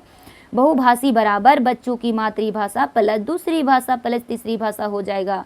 बहुभाषी शिक्षण का मतलब क्या होता है, उसका बराबर क्या होगा, बच्चों ने जो मातृभाषा सीख चुके हैं घर में, जैसे हम लोग भी कोठा भाषी क्षेत्र के रहने वाले हैं तो हम लोग का एरिया थी वास्तविक में जो घर में ही सीखे, अपने बड़े बुजुर्ग आस पड़ोस सब सुनते हैं तो रीजनल लैंग्वेज में खोटा आता है। फिर दूसरी भाषा भी आराम से सीख लेंगे, हिंदी, तीसरी भाषा में भी तो जो है इंग्लिश वगैरह जो भी है सब सीख लेंगे। फिर बच्चों की मातृभाषा के प्रयोग हेतु प्रावधान किस तरह से होता है। राष्ट्रीय शिक्षा नीति 2020 में भी बहुभाषी शिक्षण पर बहुत विस्तार से चर्चा की गई है। आइए समझते हैं कि इसका क्या अर्थ होता है बहुभाषी का। बहुभाषी शिक्षण का अर्थ शिक्षण अधिगम प्रक्रिया एक से अधिक भाषाओं में इस्तेमाल करना होता है। बहुभाषी का मतलब ये होता है एक से अधिक भाषाओं में इस्तेमाल करना होता है। बहुभाषी इस्तेमाल करना होता है। बहुभाषी शिक्षण पद्धति में कोई भाषा छोटा या बड़ा नहीं मानी जाती है, बल्कि बेहतर शिक्षण के लिए विभिन्न भाषाओं, बच्चों की घर की भाषा और स्कूल की भाषा को एक दूसरे के साथ जुड़े में रूप में इस्तेमाल किया जाता है और नई भाषा सीखने के लिए बच्चों की परिचित भाषाओं में पूरी मदद मिलती है। देखिए किस तरह से बच्चे सीख रहे हैं। फिर है भारत में अधिकतर भागों में बच्चों की आरंभिक कक्षाओं में ही बहुभाषी हो जाते हैं। आमतौर पर इन बच्चों को ही एक या एक से अधिक भाषा पर मजबूत पकड़ होती है, जबकि कोई अन्य भाषा में वे भी बोलना या समझना सीख रहे होते हैं। इस पड़ाव में यह आवश्यक होता है कि कक्षा के सभी बच्चों की सभी भाषाओं एक बहुमूल्य सामाजिक साधन के रूप में इस्तेमाल किया जाए, ना कि भाषाओं के बीच दीवार खड़ी किया जाए। स्कूल भाषा की शुद्धता पर जोर देने के बजाय बच्चों की अपनी सभी भाषाओं, बहुभाषिक संसाधनों और स्कूल की भाषा को मिला जुला प्रयोग करने के लिए प्रोत्साहित करना चाहिए। बोल रहे हैं बच्चे को खाली स्कूल की भाषा पे ही जोर नहीं दिया जाना चाहिए, उन्हें घर की भाषा का भी प्रयोग करने में छूट होनी चाहिए ताकि वे संपूर्ण रूप से खुद को व्यक्त कर सके, ताकि बच्चा एक्टिव रहे। और दिन नहीं प्रयोग करने दीजिएगा तो बच्चे फिर निष्क्रिय हो जाएंगे, आप टीचर सेंटर्ड बन जाएगा, यानी बच्चे ही रहेंगे कहाँ केंद्र में। साथ ही साथ शिक्षकों को भी ऐसा विशेष भाषा पर जोर देने की बजाय बहुभाषी शिक्षण पद्धति को अपनाते हुए सभी बच्चों को भाषाओं को इस्तेमाल करना चाहिए। बस है उसकी मदद से बच्चे की आत्मविश्वास, उच्च स्तरीय चिंतन, रचनात्मकता, अभिव्यक्ति, विश्लेषण, संवेदनशीलता आदि कौशलों और गुण क्या होता है विकसित कर पाएंगे। कक्षा में आपसी संवाद और शिक्षण के लिए बच्चों की भाषाओं का मिला जुला और लचीला प्रयोग शैक्षणिक परिणामों को बेहतर करने का एक मजबूत रणनीति होती है। चलिए बहुभाषी शिक्षण का लाभ जानते हैं क्या होता है। बहुभाषी शिक्षण बहुत से लाभ होते हैं, जैसे कक्षा में सीखने क्या होता है, सिखाने के लिए खुशनुमा सहज माहौल बन जाता है। यदि बच्चे घर के भाषा भी सीख लिए, धीरे धीरे वो स्कूल का लैंग्वेज भी सीख लिए, बच्चों के आत्मविश्वास और आत्मसम्मान की भावना पैदा होता है। बच्चों को भी लगता है हाँ हम भी बोल पा रहे। बच्चों को पूर्व ज्ञान को नए ज्ञान से जोड़ना, फिर है बेहतर रूप से अन्य भाषाओं को सिखाना, फिर है सभी विषयों में बच्चों को समझ और शैक्षिक परिणाम बेहतर होना, रटन विद्या की जगह पे समझ, अभिव्यक्ति, कल्पना, रचनात्मक, उच्च स्तरीय चिंतन पर ध्यान देना। ऐसी भी रटन विद्या वाला बिल्कुल यहाँ नेगेटिव प्रभाव देता है, रटना नहीं चाहिए बच्चे को। और यदि बच्चे को यदि मदर टंग जो घर की भाषा उसे नहीं बोलना मिलेगा तो जगह पे फिर बच्चा को रटना पड़ जाएगा, इसीलिए बच्चा वहाँ पे फिर रटने पे फोकस करने लगेंगे। इस जगह पे यदि बच्चे को घर के भाषा को छूट देते हुए दूसरी भाषा सीखने पर जोर दिया जाए, यानी कि बच्चे को बोला जाए घर के भाषा में भी आप व्यक्त कर सकते हैं, तो आराम से बच्चा सीख लेंगे।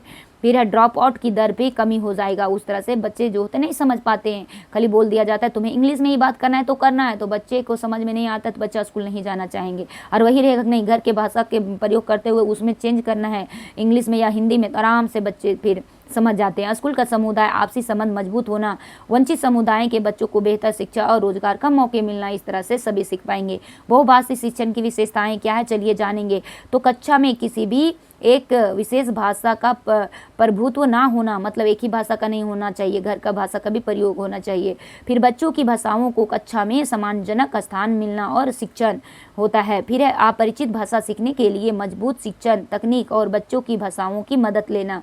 बच्चों के परिवेश, अनुभव, पूर्व ज्ञान और सांस्कृतिक पाठ्यचर्या में भी शामिल करना होगा। बच्चे की संस्कृति भी, भाषाओं को अलग अलग खांचों में ना रखकर उनका मिला जुला और मिश्रित प्रयोग करना, यानी समय भी मिला जुला होना चाहिए। सभी विषयों के शिक्षण के लिए बहुभाषी शिक्षण पद्धति होता है। अब अपनी समझ से जांच करें कि सही विकल्प को चुनें और वाक्य को पूरा करें। बहुभाषी कक्षा में क्या होगा, बच्चे प्रतिदिन स्कूल में भाषा के शब्द लिखने अभ्यास करवाया जाएगा। बहुभाषी या तो बच्चे के स्कूल की भाषा को एक समान महत्व दिया जाएगा। अधिक कक्षाओं में बहुभाषी शिक्षण के सिद्धांतों को लागू किया जाएगा तो बच्चों और शिक्षक के बीच तनावपूर्ण स्थिति पैदा हो जाएगी।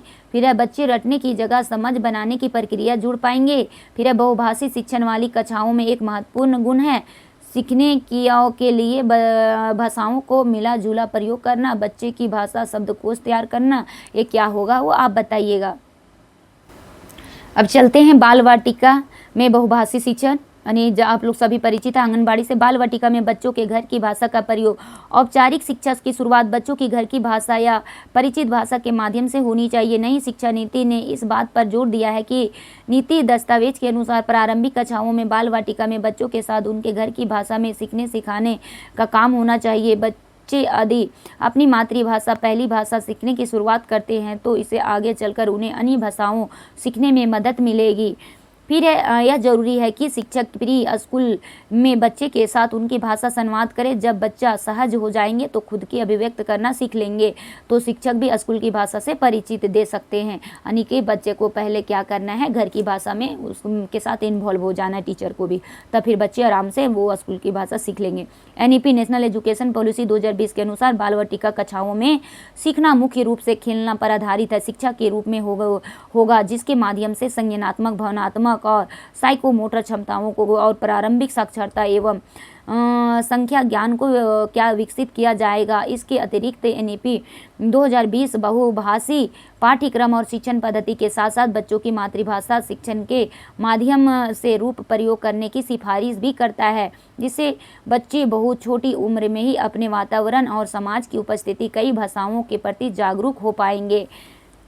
फिर बाल वाटिका के कार्यक्रम के लिए कई प्रारंभिक भाषा और साक्षरता पाठ्यक्रम की रूपरेखा के अनुसार पे L1 जो है लैंग्वेज 1 घर की भाषा है, बच्चे की मातृभाषा क्षेत्रीय भाषा, L2 है क्षेत्रीय भाषा हिंदी भाषा, L3 है अंग्रेजी भाषा। तो आप लोग जान गए कि मातृभाषी बहुभाषिकता में क्या क्या आएगा। पहले बच्चे जो घर में सीखे रहेंगे रीजनल लैंग्वेज वो हो गया मदर टंग वाला। मदर टंग का मतलब ये नहीं समझिएगा कि हमारी मातृभाषा हिंदी है, बोला नहीं, यहाँ कहने का मतलब है कि जो बच्चा माँ का गोद में सीखा हुआ है। रीजनल लैंग्वेज वो हो गया L1 और L2 में हो जाएगा आपका हिंदी, और L3 में जो इंग्लिश और उसके अलावा भी और बच्चे सीखेंगे। यह संभव है कि कुछ संदर्भ में वातावरण में L4 भी मौजूद हो जाते हैं और भी बच्चे सीख लेते हैं। L1 शिक्षा का प्राथमिक माध्यम है जो घर का भाषा, जो अधिकांश प्रारंभिक भाषा और साक्षरता का समय भाषा पर खर्च किया जाना है। फिर L2 क्या है, L2 और L3 क्या है, L2 और L3 जो मौखिक गतिविधियों को पर्यावरण प्रिंट के रूप में पेश किया जाता है वो हो जाएगा। फिर L2 और L3 मौखिक गतिविधियों का पर्यावरण प्रिंट के रूप में प्रवेश किया जाता है। L2 और L3 पढ़ाते पढ़ाते समय बच्चों को भाषाओं का मिश्रण का प्रयोग और प्रतिक्रिया करने के लिए प्रोत्साहित किया जाना और उसे L1 को L2 और L3 सीखने के लिए स्वतंत्र रूप से प्रयोग किया जाना चाहिए। जैसे बच्चे हिंदी और इंग्लिश सीख रहे हैं तो उसे पहले मातृभाषा वाला बच्चा को यानी कि उसमें बोलने के लिए छूट दिया जाना चाहिए ताकि फिर बच्चे दूसरे में स्विच हो सके। स्क्रिप्ट का मुख्य धारा से L1 की प्रस्तुति किया जाना चाहिए। अब जानेंगे बहुभाषी शिक्षण की रणनीतियाँ क्या होना चाहिए। बच्चों की भाषा की मौखिक प्रयोग, जैसे ही हमने पहले ही देखा है देश के विभिन्न हिस्सों में अलग अलग भाषा संबंधी परिस्थितियाँ पाई जाती है।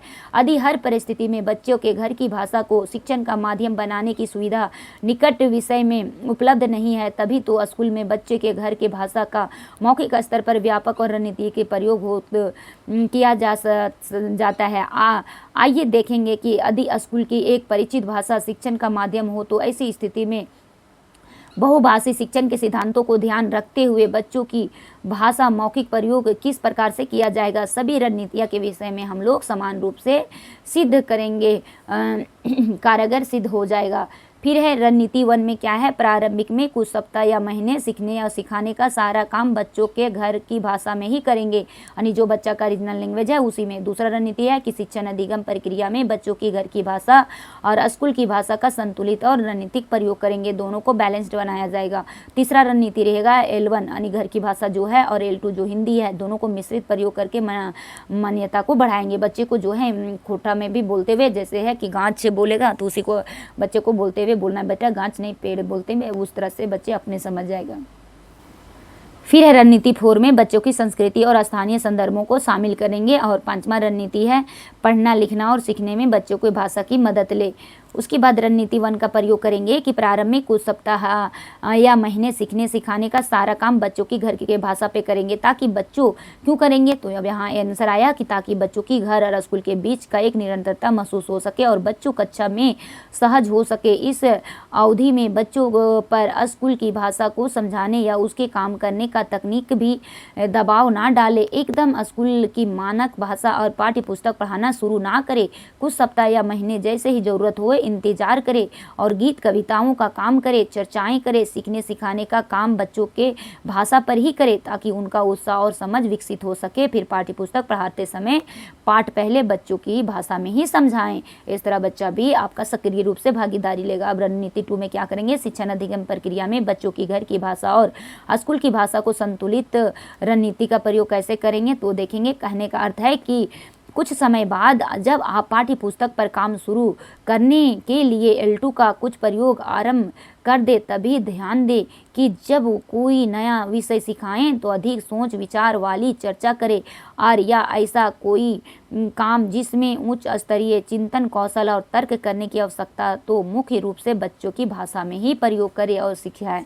अब है रणनीति 3 में L1 और L2 जो घर की भाषा है और स्कूल की भाषा मिश्रित प्रयोग मान्यता बढ़ावा दे। विभिन्न शोध यह दर्शाते कि बच्चों को अलग अलग खांचों में ना रखकर उनका मिला जुला और स्वाभाविक प्रयोग करने से न केवल बच्चों की भाषाओं की पहचान मिलती बल्कि उनके विषय अवधारणा या नई भाषा सीखने में बच्चों की बहुत मदद मिलती है। इसलिए कक्षा की सभी गतिविधियां को साझा और अर्थ निर्माण अभिव्यक्त और आपसी बातचीत के लिए बच्चों की घर की भाषा और स्कूल की भाषा के मिले जुले प्रयोग और प्रोत्साहित करें और कम से कम प्रारंभिक 2 वर्षों तक लेखन में भी बच्चों द्वारा भाषा के मिले जुले प्रयोग को स्वीकार करें। इस तरह से बच्चे का मदद। अब है कि भाषाओं का मिला जुला रूप इस प्रकार हो सकता है L1 L2 और फिर L2 L1। शिक्षक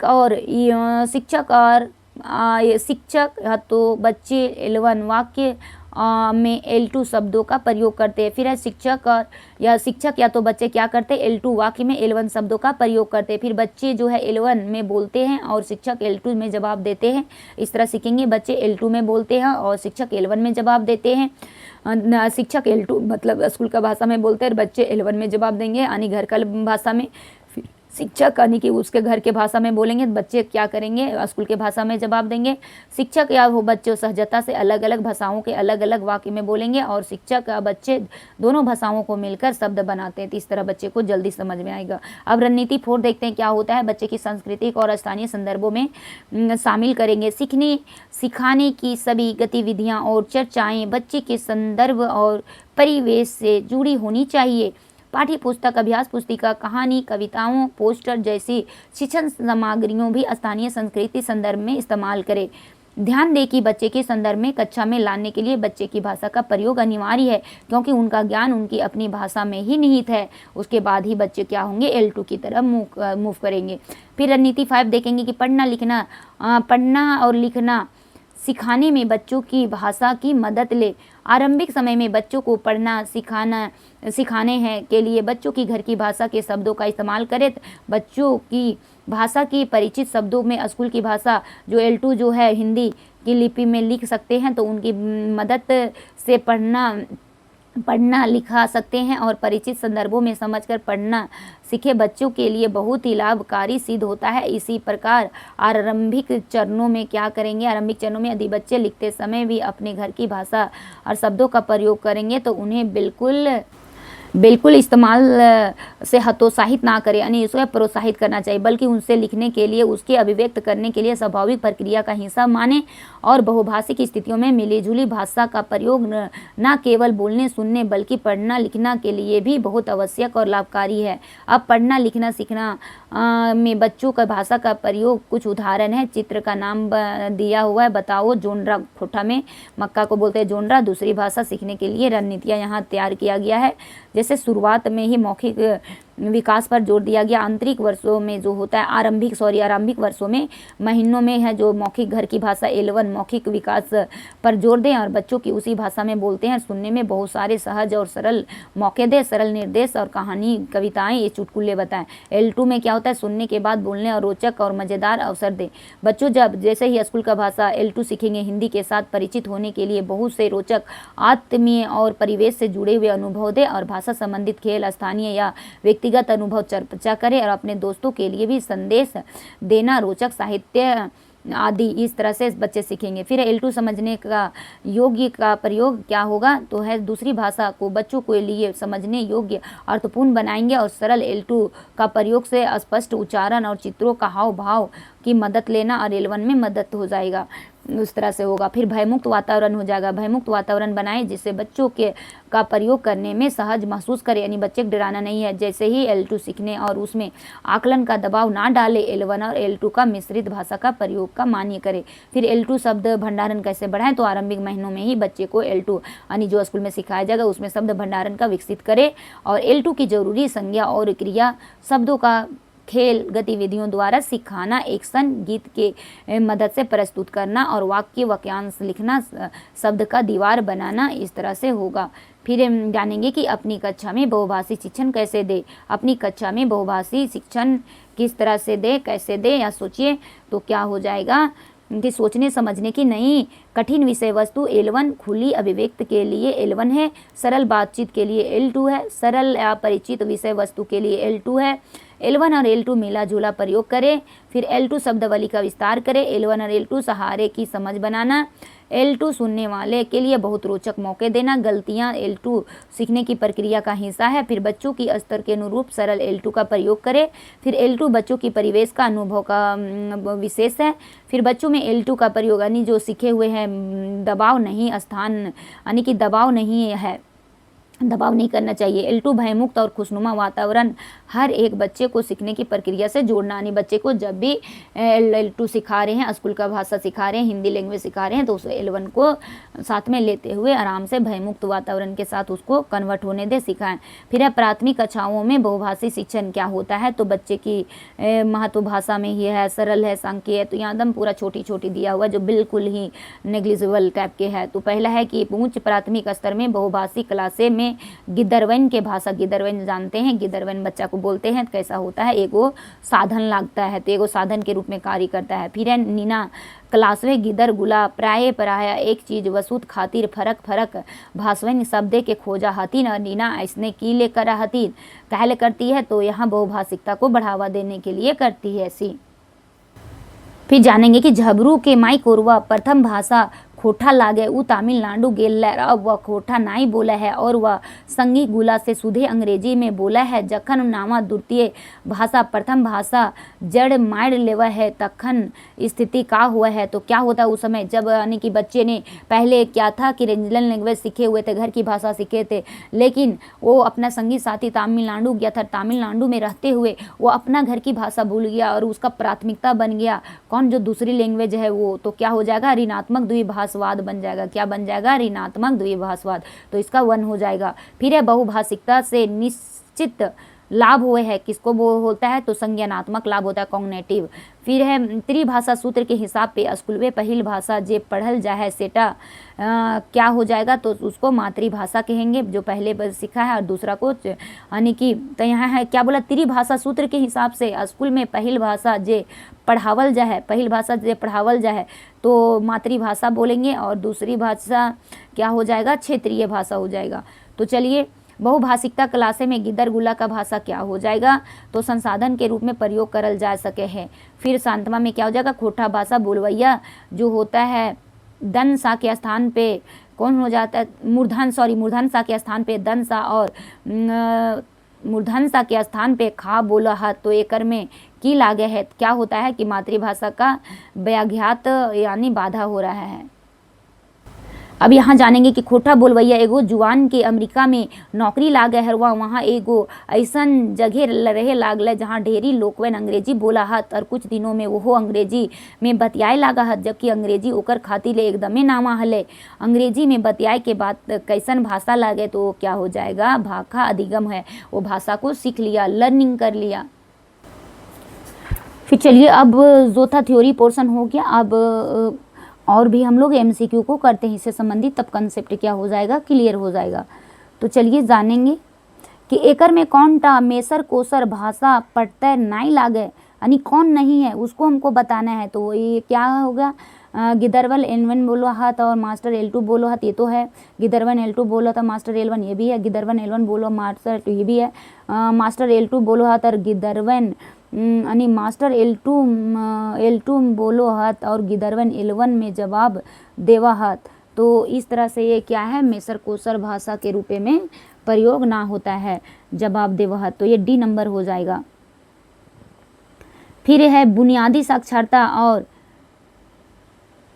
क्या हो जाए, बुनियादी साक्षरता और संख्या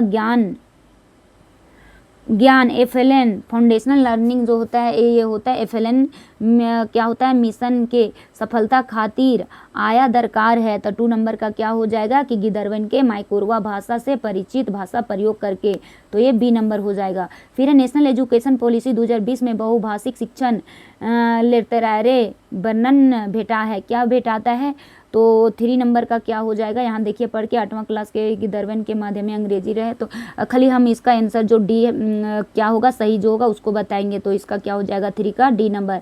जहाँ ले हो सके है क्लास 5 ले पढ़ाई लिखाई शिक्षण माध्यम गिदरवन के बुझाए के माइकोरवा भाषा में होना चाहिए, ये हो जाएगा। अब चौथा में जानेंगे भाषा अंतर्निहित निपुणता के सिद्धांत मत के कर बाटे दियल गेल है। तो चौथा का क्या हो जाएगा, ये जो है जिम कमिंस के दिया है। फिर है भारतीय जनगणना 2011 के अनुसार भारत में कुल गोटे कैगो माइकोरवा भाषा बोलल जा है, तो कितने भारत में बोला जा रहा है जनगणना के आधार पे, तो ये 1369 बताए थे, ये इतना बोला जा रहा है। फिर आगे जाएंगे कि क्या होता है भारतीय भेल जनगणना 2011 से बात स्पष्ट हुआ है कि छठा में बताइए क्या हो जाएगा, क्या हो रहा है कि भारत में ढेरी लोकवन एक ले बेसी भाषा बोला हत, तो ये नंबर हो जाएगा। बाकी बात आप लोग देख लीजिएगा। झारखंडी संताल परगना आदिवासी और गैर आदिवासी लोके के माध्यम संपर्क के भाषा क्या है 7 का, तो ये है खोठा भाषा है। फिर संस्थाली और संदान के मांझे कौन भाषा का जोरनार भाषा कहोहत, तो 8 नंबर का क्या हो जाएगा, तो 8 नंबर का भी ये होगा खोठा को। फिर है कौन कहाँ नाम टा सही है, कौन कहाँ नाम टा सही है, 9 नंबर, 9 का क्या हो जाएगा, तो 9 में देखते हैं कि उरांव और सदान के मांझे जोरनार भाषा सदानी है, यही हो जाएगा। फिर आगे जानेंगे लिंग या संपर्क भाषा के प्रयोग में कौन परिस्थिति करल गेल है, 10 नंबर का बताइए। तो 10 में आपका क्या हो जाएगा, 10 का देखिए तो 10 में हो जाएगा कि जखन भिनु भिनु भाषा के बोलवैया समुदाय लोग एक संगे रहो है, तो ये हो जाएगा। 11 के है यूडाइस को क्या होता है, UDISE यूडाइस कोड के हिसाबे भारत के स्कूल में पढ़ाई लिखाई के माध्यम कईगो भाषा गुला से हुआ है, तो 11 का क्या हो जाएगा 36। फिर है प्राथमिक स्कूलवन में 26% गिदरवन के शुरुआती बछड़े ढेरी गंभीर दिक्कत परेशानी के सामना कीले करो पड़ा है। तो 12 नंबर के क्या होगा, क्यों करना पड़ता है, तो 12 का होगा कि घरे और स्कूल के भाषा में फर्क अंतर हुए के चलते, तो बी नंबर हो जाएगा। फिर भाषा के चलते नुकसान उठावे वाला गिदरवन में कौन भाषा शामिल नहीं है, तो 13 का कौन सा भाषा शामिल नहीं है वो देखेंगे। 13 नंबर का क्या हो जाएगा, तो 13 का बी हो जाएगा। क्या है कि अंग्रेजी माध्यम में पढ़े वाला गिदरवन के जखनी के घरे अंग्रेजी के माहौल हुआ है। अब 14 नंबर जानेंगे कि शुरुआती बछड़े जो थे यानी प्राथमिक कक्षा में शिक्षण जो पढ़ाई लिखाई के माध्यम गिदरवन के घरे के भाषा में होवे के चाहिए, क्यों होना चाहिए 14 नंबर का, तो सी हो जाएगा कि भाषा सोचे समझे बा सभी विषय में सीखे और गोड़ा आधार लागे, मतलब पहला बच्चा जी सीखे रहेंगे तो आराम से दूसरा लैंग्वेज भी सीख लेंगे। 15 का एकर में खोज करवैया यानी शोधकर्ता बुल्क के कहनाएं हैं, क्या कहनाएं हैं 15 नंबर में चलेंगे, तो है कि ये हो जाएगा शिक्षा व भाषा ही सब कुछ नहीं है, लेकिन भाषा के बिना शिक्षा भी सब कुछ नहीं है। अब 16 नंबर चलते हैं। 16 ने बोलता है सीखने की प्रक्रिया में ज्ञात से अज्ञात या परिचित से अपरिचित की ओर ही बढ़ना चाहिए, ये बात क्या है, तो 16 नंबर का क्या होगा, ये बात क्या है, तो ये हो गया ये NCF 2005 ने कहा है नेशनल करिकुलम फ्रेमवर्क में। फिर है 17 में है ज्ञानिकी सृजन के खातिर कौन भाषा के पुल्ले के दरकार है, तो 17 नंबर का आंसर क्या हो जाएगा, किसका है, तो डी हो जाएगा परिचित भाषा। फिर है प्रथम भाषा 11 के माने क्या होता है, 18 बताइए, तो है गिदरवन के समझ माइकोरवा भाषा होता है। फिर 19 का होगा क्लासे में दूसर भाषा सीखे के मुख्य अरबी शर्त कौन नहीं है, नहीं वाला देखना है, तो 19 नंबर का कौन नहीं है, तो आप देखिए ये हो जाएगा शुरुआत से ही L2 का शब्दगुल लिखे के। उसकी बाद है 20 में एकर में कौनटा एक NEP नेशनल एजुकेशन पॉलिसी 2020 के अनुसार नहीं है, मतलब कौन नहीं है, बाकी बाद उन्होंने सभी चीज़ों को बोला है, तो ये हो जाएगा सी जो है माइकोरवा भाषा पढ़ाई लिखाई से गिदरवन आने दोसर भाषा नहीं सीखता है, इसीलिए ये गलत हो गया। पारे किले की ओखिन के सीखे के समय नहीं बचे है, यही तो गलत हो गया। अब 21 नंबर में है बहुभाषी शिक्षण के लाभ शामिल नहीं है। 21 में बोल रहा है कि कौन है बहुभाषी शिक्षण का लाभ नहीं है, तो क्लास 1 में अंग्रेजी पढ़े लिखे सीख जाए के, यही लाभ नहीं है। फिर है बहुभाषी शिक्षण पद्धति के विशेषता नहीं है, कौन सी बहुभाषी शिक्षण की पद्धति नहीं है, 22 नंबर हम लोग देखेंगे, तो 22 का जो है वो कक्षा में कोनो एगो भाषा ले बेसिक का भाव हुए के, बाकी बात सभी है, पढ़ के देख लीजिएगा आप लोग।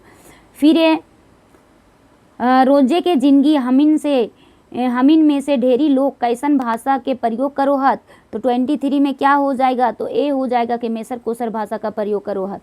फिर बहुभाषिकता के अर्थ हुआ है 24 चलेंगे, तो बहुभाषिकता का अर्थ क्या होता है, 24 का बी नंबर कोनो बेकत के 2 ले बेसी भाषा प्रयोग करे के चाहिए। फिर जानेंगे कि एकर में कौन सा सही कहनाम लागे, मतलब कौन सही बात बोला है इसमें बताइए, तो इसमें आप पढ़ते जाइए देखते जाइए, तो ये हो जाएगा भाषा गुला परस्पर एक दूसरे से मिलल जुलल रूपे ही विकसित हुआ है। फिर जानेंगे 26 नंबर कि वो भाषा के अपरिचित तौर पे ही पाठ्य पुस्तक छिन्न सामग्री और शिक्षण प्रक्रिया में प्रयोग करल जाए जो भाषा के क्या कहते हैं, तो 26 का बी हो जाएगा शिक्षण के माध्यम हो जाएगा।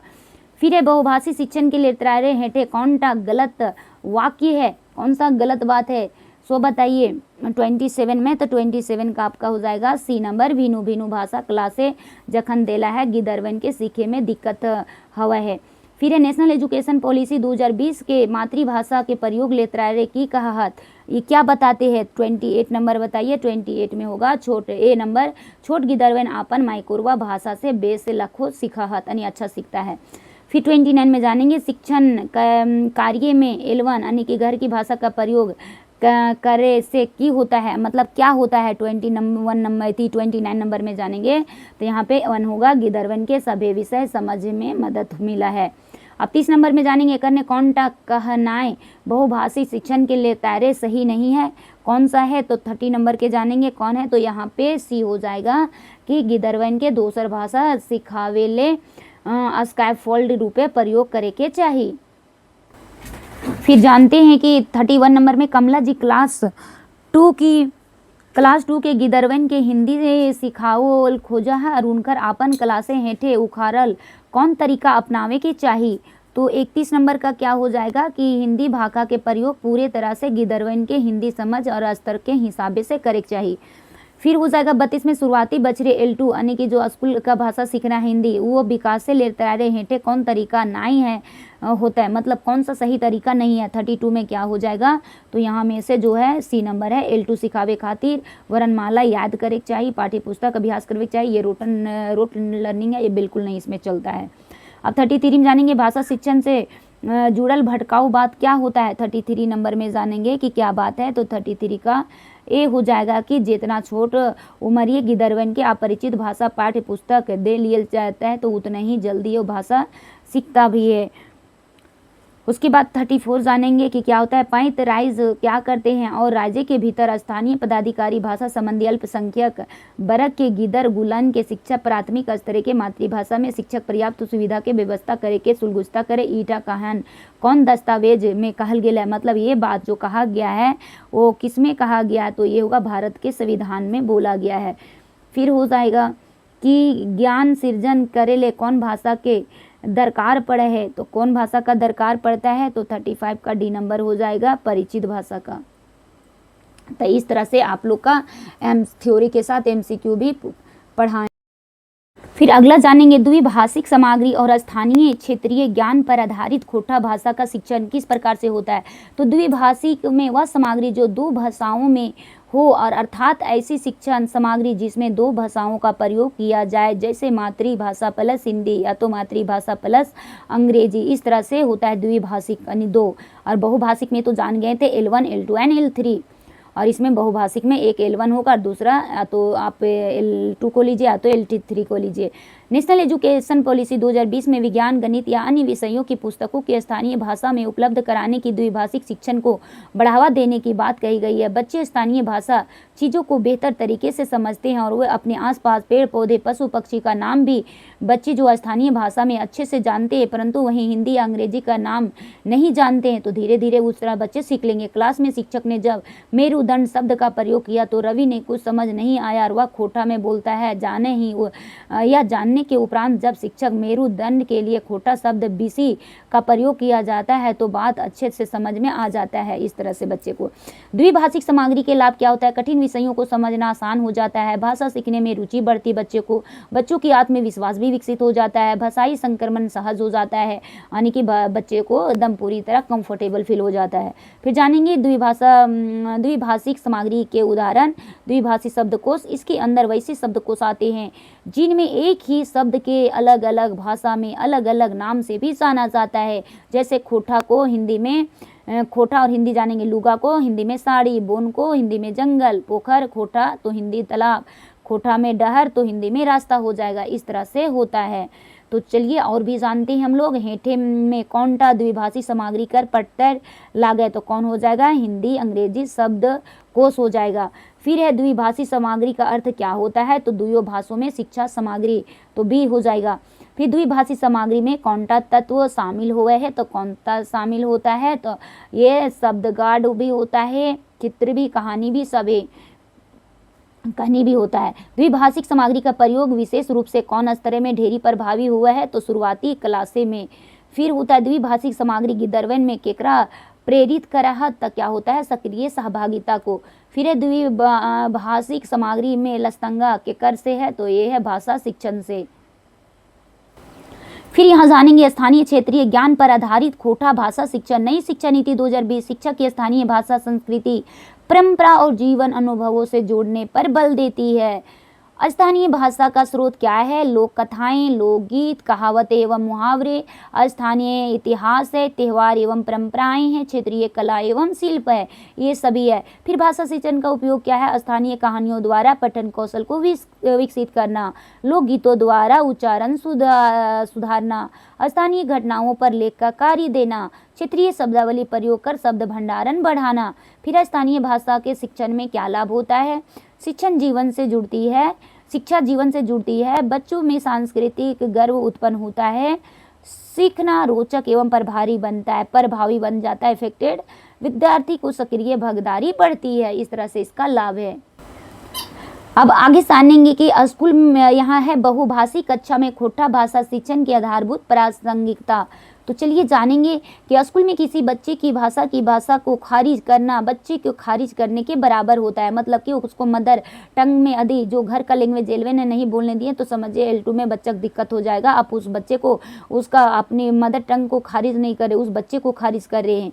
तो जो था जिम कमिंस ने कहा, professor university of Toronto Canada, बहुभाषी शिक्षण का अर्थ शिक्षण अधिगम प्रक्रिया एक से अधिक भाषाओं का इस्तेमाल करना होता है। बहुभाषी कक्षा वह है जहां विभिन्न भाषाई पृष्ठभूमि के बच्चे एक साथ सीखते हैं। नेशनल एजुकेशन पॉलिसी 2020 बहुभाषिकता को बच्चों को संज्ञानात्मक क्षमता, रचनात्मक और सामाजिक समावेशन के लिए आवश्यक मानती है। बहुभाषी कक्षा में मातृभाषा परिचय की भाषा समान दिया जाता है, जिससे विद्यार्थी में आत्मविश्वास, सहभागिता क्या होता है बनी रहती है। फिर है बहुभाषी कक्षा बेहतर शिक्षण के लिए विभिन्न भाषाओं बच्चों की घर की भाषा और स्कूल के भाषा को एक दूसरे के साथ मिले जुले इस्तेमाल किया जाता है। नई भाषा सीखने के लिए बच्चों को परिचित भाषाओं को भरपूर मदद मिलता है। जैसे जो बच्चा L1 जान रहे तो L2 आराम से सीख लेंगे। बहुभाषी कक्षा में खोटा भाषा शिक्षण का आधारभूत प्रासंगिकता।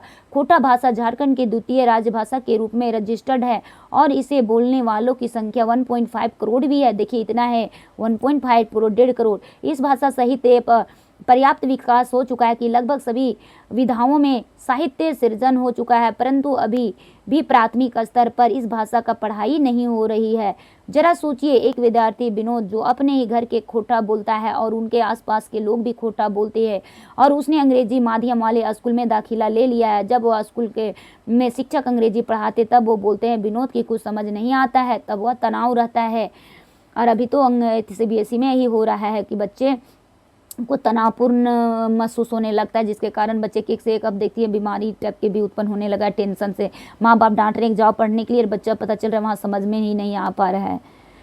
फिर एक बार जंगल की तस्वीरें दिखाओ, शिक्षिका ने पूछा। विनोद फोर्स की जगह बोन कह दिया। इस शिक्षिका ने उसे डांट दिया। इस घटना के बाद विनोद स्कूल जाना कतराने लगा। अब वह स्कूल ना जाने का बहाना ढूंढता है। अब ऐसे कई विनोद हैं जो प्राथमिक स्तर पर खोटा की पढ़ाई अर्थात मातृभाषा शिक्षण का माध्यम ना होने की वजह से पढ़ना लिखना प्राथमिक स्तर पर ही छोड़ देता है। ऐसे कई विनोद हैं जो प्राथमिक स्तर पर खोटा पढ़ाई अर्थात मातृभाषा शिक्षण का माध्यम ना होने की वजह से पढ़ना लिखना प्राथमिक स्तर पर ही छोड़ देते हैं। ऐसे में मातृभाषा में शिक्षण बहुत ही महत्वपूर्ण विषय बन जाता है। अब जानेंगे खोटा भाषा शिक्षण की प्रासंगिकता क्यों है। तो बच्चों के लिए पढ़ाई को रोचक और समझाने योग्य बनाना, इसीलिए मदर टंग अच्छी है। ड्रॉप आउट की दर कमी हो जाएगा। यदि बच्चे उससे इंटरेस्ट लगेगा तो वह स्कूल नहीं बोलेंगे, नहीं जाएंगे। स्कूल और खोटा भाषा समुदाय का आपसी संबंध मजबूत हो जाएगा। फिर है कक्षा में सीखने सिखाने के लिए सुनुमा और सहज माहौल बनाने के लिए। फिर है बच्चों के पूर्व ज्ञान और नए ज्ञान सरलता से जुड़ जाएगा। वंचित समुदाय के बच्चों बेहतर शिक्षा और रोजगार का मौका मिलेगा। फिर है रटंत विद्या की जगह समझ, अभिव्यक्त, कल्पना, रचनात्मक और उच्च स्तरीय नॉलेज मिलेगा। फिर है शिक्षण पर ध्यान देने के लिए। फिर है बच्चों की आत्मसम्मान और आत्मविश्वास की भाव पैदा करने के लिए। इस तरह से इसका फायदे हैं। अब आगे जानेंगे नई शिक्षा नीति 2020 के आलोक में मातृभाषा आधारित प्रारंभिक अधिगम और खोटा भाषा संवाद, गीत, कहानी और स्थानीय अनुभवों से सीखना। इस तरह आप लोग सीख सकते हैं, बच्चे को सिखा सकते हैं। फिर एज अ टीचर नई शिक्षा नीति 2020 कहती है कि मातृभाषा या परिचित भाषा में पठन पाठन करवाने से बच्चों की सहजता विषय को सीखते हैं और मातृभाषा में अधिगम शिक्षण प्राथमिक स्तर पर करवाने से बच्चे की पढ़ाई में रुचि लेते हैं। कई शोध यह दर्शाते हैं कि प्राथमिक स्तर पर मातृभाषा पठन पाठन न होने पर बच्चे तनावपूर्ण महसूस करते हैं और स्कूल आने से कतराने लगते हैं। विद्यालय अपरिचित भाषा के लिए अधिगम कष्टकर बना देती है। झारखंड ने एक भाषा विविधता वाला राज्य है और खोटा भाषा यहाँ की एक बड़ी आबादी भाषा है। ऐसे में प्राथमिक स्तर पर नई भाषा नीति 2020 के आधार पर बच्चों को उनकी मातृभाषा खोटा में शिक्षण देना उनके भविष्य के नींव को मजबूत करने जैसा है। तो इस तरह से आपका नई शिक्षा नीति जो निकला 2020 में वो बोला गया था। फिर खोटा भाषा में संवाद क्या होता है? मातृभाषा में बातचीत होने से बच्चे सहज महसूस करते हैं। शिक्षिका रीता और विनोद के मध्य संवाद खोटा में। रीता, तोर नाम की हक? विनोद, हमर नाम विनोद लाग। रीता, अच्छा बेस तोर बाप की करो ह? जवाब, वो चासा लाग यानी किसानी करता है। चास वापस आवास कर ह? रीता, बड़ी बेस ह। अब तो हमरा अपन बापे के नाम बता। विनोद, ओकर नाम लागो मोहन लाल महतो। रीता, अच्छा विनोद, अब हमरा बताओ तोर घरे कैगो लोग रहा हथुन? विनोद, गोटे 5 लोग रहा हथुन, जेकर में एगो बूढ़ी आजी भी हो जे फोगली हो, मतलब उसका दांत नहीं है। फिर रीता पूछती है विनोद से, रीता, तब तू तो बूट नहीं खा पा रहे हो? तो मतलब कि तेरी दादी तो चना नहीं खा पाती होगी। विनोद, हाँ, बूट नहीं खा पा रहे और बिनु डांग लाठी के भूले भी नहीं पा रहे यानी कि बिना किसी सहारे यानी बिना किसी डंडे के सहारे नहीं चल फिर पाती है। रीता, ओह बेचारी आजी यानी आपकी आजी तो बड़ा एजेड हो गई है और उसका दो एथी है। उस तरह से अब विनोद खुश हो जाता है और शिक्षिका रीता के साथ क्या होता है? प्रसन्नचित होकर के, देखिए किस तरह से शिक्षिका रीता और विनोद का भाई हुआ था। अब शिक्षिका होता है साथ प्रसन्नचित होकर के कहने लगता है कि इतना ही नहीं, अपनी समस्याओं भी जब तक रीता से साझा करता है और इस तरह से स्कूल का वातावरण अपना सा लगने लगता है। यदि टीचर इस तरह से उनसे उसके लैंग्वेज में बात करेंगे, बात करने का मौका देंगे और इन्वॉल्व होंगे तो वहाँ का वातावरण भी खुशनुमा बन जाएगा, एक्टिव हो जाएगा। खोटा गीत के जरिए शिक्षण। गीतों से रसानुभूति होती है और एक तरह से आनंद का अनुभव होता है। जब शिक्षण के लिए गीतों का प्रयोग किया जाता है तो बच्चे आनंद और प्रसन्नता के साथ नवीन ज्ञान ग्रहण करते हैं और इस तरीका से शिक्षण अधिगम प्रक्रिया रोचक बना देती है। और इसको उदाहरण के जरिए समझेंगे तो क्या होता है कि एक शिक्षिका ने बच्चे को पूर्व में पश्चिमता दिशा का ही ज्ञान देते हुए खोटा इन इशारों को संकेत के साथ सुनाती है। क्या होती है? रौद पानी सियार के बिहा, राम धनुक उड़ गेलो देखे सुकेन के जिहा, पश्चिम बाटे पानी भैलो पूरब बाटे चल गेलो। यानी अब शिक्षिका पूछती है पानी किधर हुई? सभी बच्चे जवाब दिए पश्चिम के सही दिशा संकेत दिया भी करते हुए। इस तरह से बच्चे रोचनात्मक तरीके से नवीन ज्ञान मातृभाषा गीतों के जरिए ग्रहण कर लेते हैं। फिर है खोटा कहानी के जरिए शिक्षण। बच्चे कहानी बड़े आनंद से सुनते हैं और कहानी में छुपी सीख को सरलता और आत्मसात भी करते हैं का अवसर देखने को मिलता है कि कहानी खत्म होने के पश्चात बच्चे बोलते हैं कि मैं लालची चोरी जैसे बुरे कार्य नहीं करूँगा या करूँगी। कहानी में जो सीख छुपी हुई है वह प्रभावित होते हैं। खोटा की एक ऐसी कहानी है धनी के धधैनी। इस कहानी में चमटू नामक पात्र और उसकी माँ को एक बंदर का बदहाली में अमीरों के रास्ता सुझाता है और दोनों स्वार्थी बाटे बंदर को भूल जाते हैं और उनके साथ बुरा व्यवहार करते हैं। अंत में बंदर भी महल में आग लगाकर सब कुछ बर्बाद कर देता है। तो यह कहानी सिखाती है कि हमें घमंड नहीं करनी चाहिए। इस यानी कि इस तरह से यानी बता रहा है कि घमंड नहीं करना चाहिए। तो इस कहानी को सुनकर बच्चे घमंड ना करने की सीख पाते हैं और कहते हैं कि अब मैं घमंड नहीं करूँगा। स्थानीय अनुभव में लोकोक्तियाँ मुहावरे में दिखाई पड़ता है और लोकोक्तियाँ मुहावरे शिक्षण जो होता है सरल वाक्य होते हैं जो लोगों को लगते हैं कि छोटे हैं पर गहरे अर्थ लगते हैं, जैसे मूर्ख व्यक्ति भी सरलता से समझ लेता है। जब हम खोटा में कहते हैं कि मकरा आपन जाले आपने बाझे तो बच्चे समझ जाते हैं कि अपनी गलती बुद्धि किसे नाश हो जाता है। जब हम कहते हैं कि ओहरी के कारज दोहरी हुआ है तब बच्चे समझ जाते हैं कि ठीक से काम नहीं करने पर दोबारा करना पड़ता है। मातृभाषा संवाद स्थानीय गीत कहानी और स्थानीय अनुभव से भरे कथनों से बच्चे जो होता है सरलता से सीखते हैं और जो अधिगम शिक्षण प्रक्रिया को रोचक बनाती है। नेशनल एजुकेशन पॉलिसी 2020 में भी प्राथमिक कक्षाओं में भी मातृभाषा आधारित शिक्षण पर जोर देता है। इस तरह से यहाँ पे दिया। अब हमने क्या क्या थ्योरी पोर्शन पढ़ लिया, तो इसी से संबंधित हम लोग वस्तुनिष्ठ प्रश्नों को देखेंगे फटाफट। समझ आधारित सीख खातिर कैसन शिक्षण आई दरकार है, मतलब कैसा शिक्षा जरूरी है, तो क्या हो जाएगा 1 का ए परिचित, क्या होगा परिचित या मातृभाषा से में शिक्षा होनी चाहिए। मातृभाषा शिक्षा दिए मुख्य यानी कि क्या होता है कि मातृभाषाएं शिक्षा दिए के मुख्य उद्देश्य क्या होता है, तो ये होता है कि गिदरवन पढ़े लिखे रुचि बढ़े के, हाँ सही बात है, उखनी के समझ आधारित सीख पैदा करे। हाँ गिदरवन पढ़ाई लिखाई खातिर तनाव मुक्त वातावरण से मुक्त हो जाते हैं, हाँ ये भी सभी चीज़ हो जाएगा। फिर है आपन आपस के गाछ वृक्ष जीवन जगर चरे चिरगुनी यानी फ्लोरा फौना के नाम गिदर के कौन भाषाएं सरलता से सीखो है। तीसरा का क्या हो जाएगा ए और सी माई कोरवा भाषा और विदेशी भाषा दोनों हो जाएगा डी नंबर।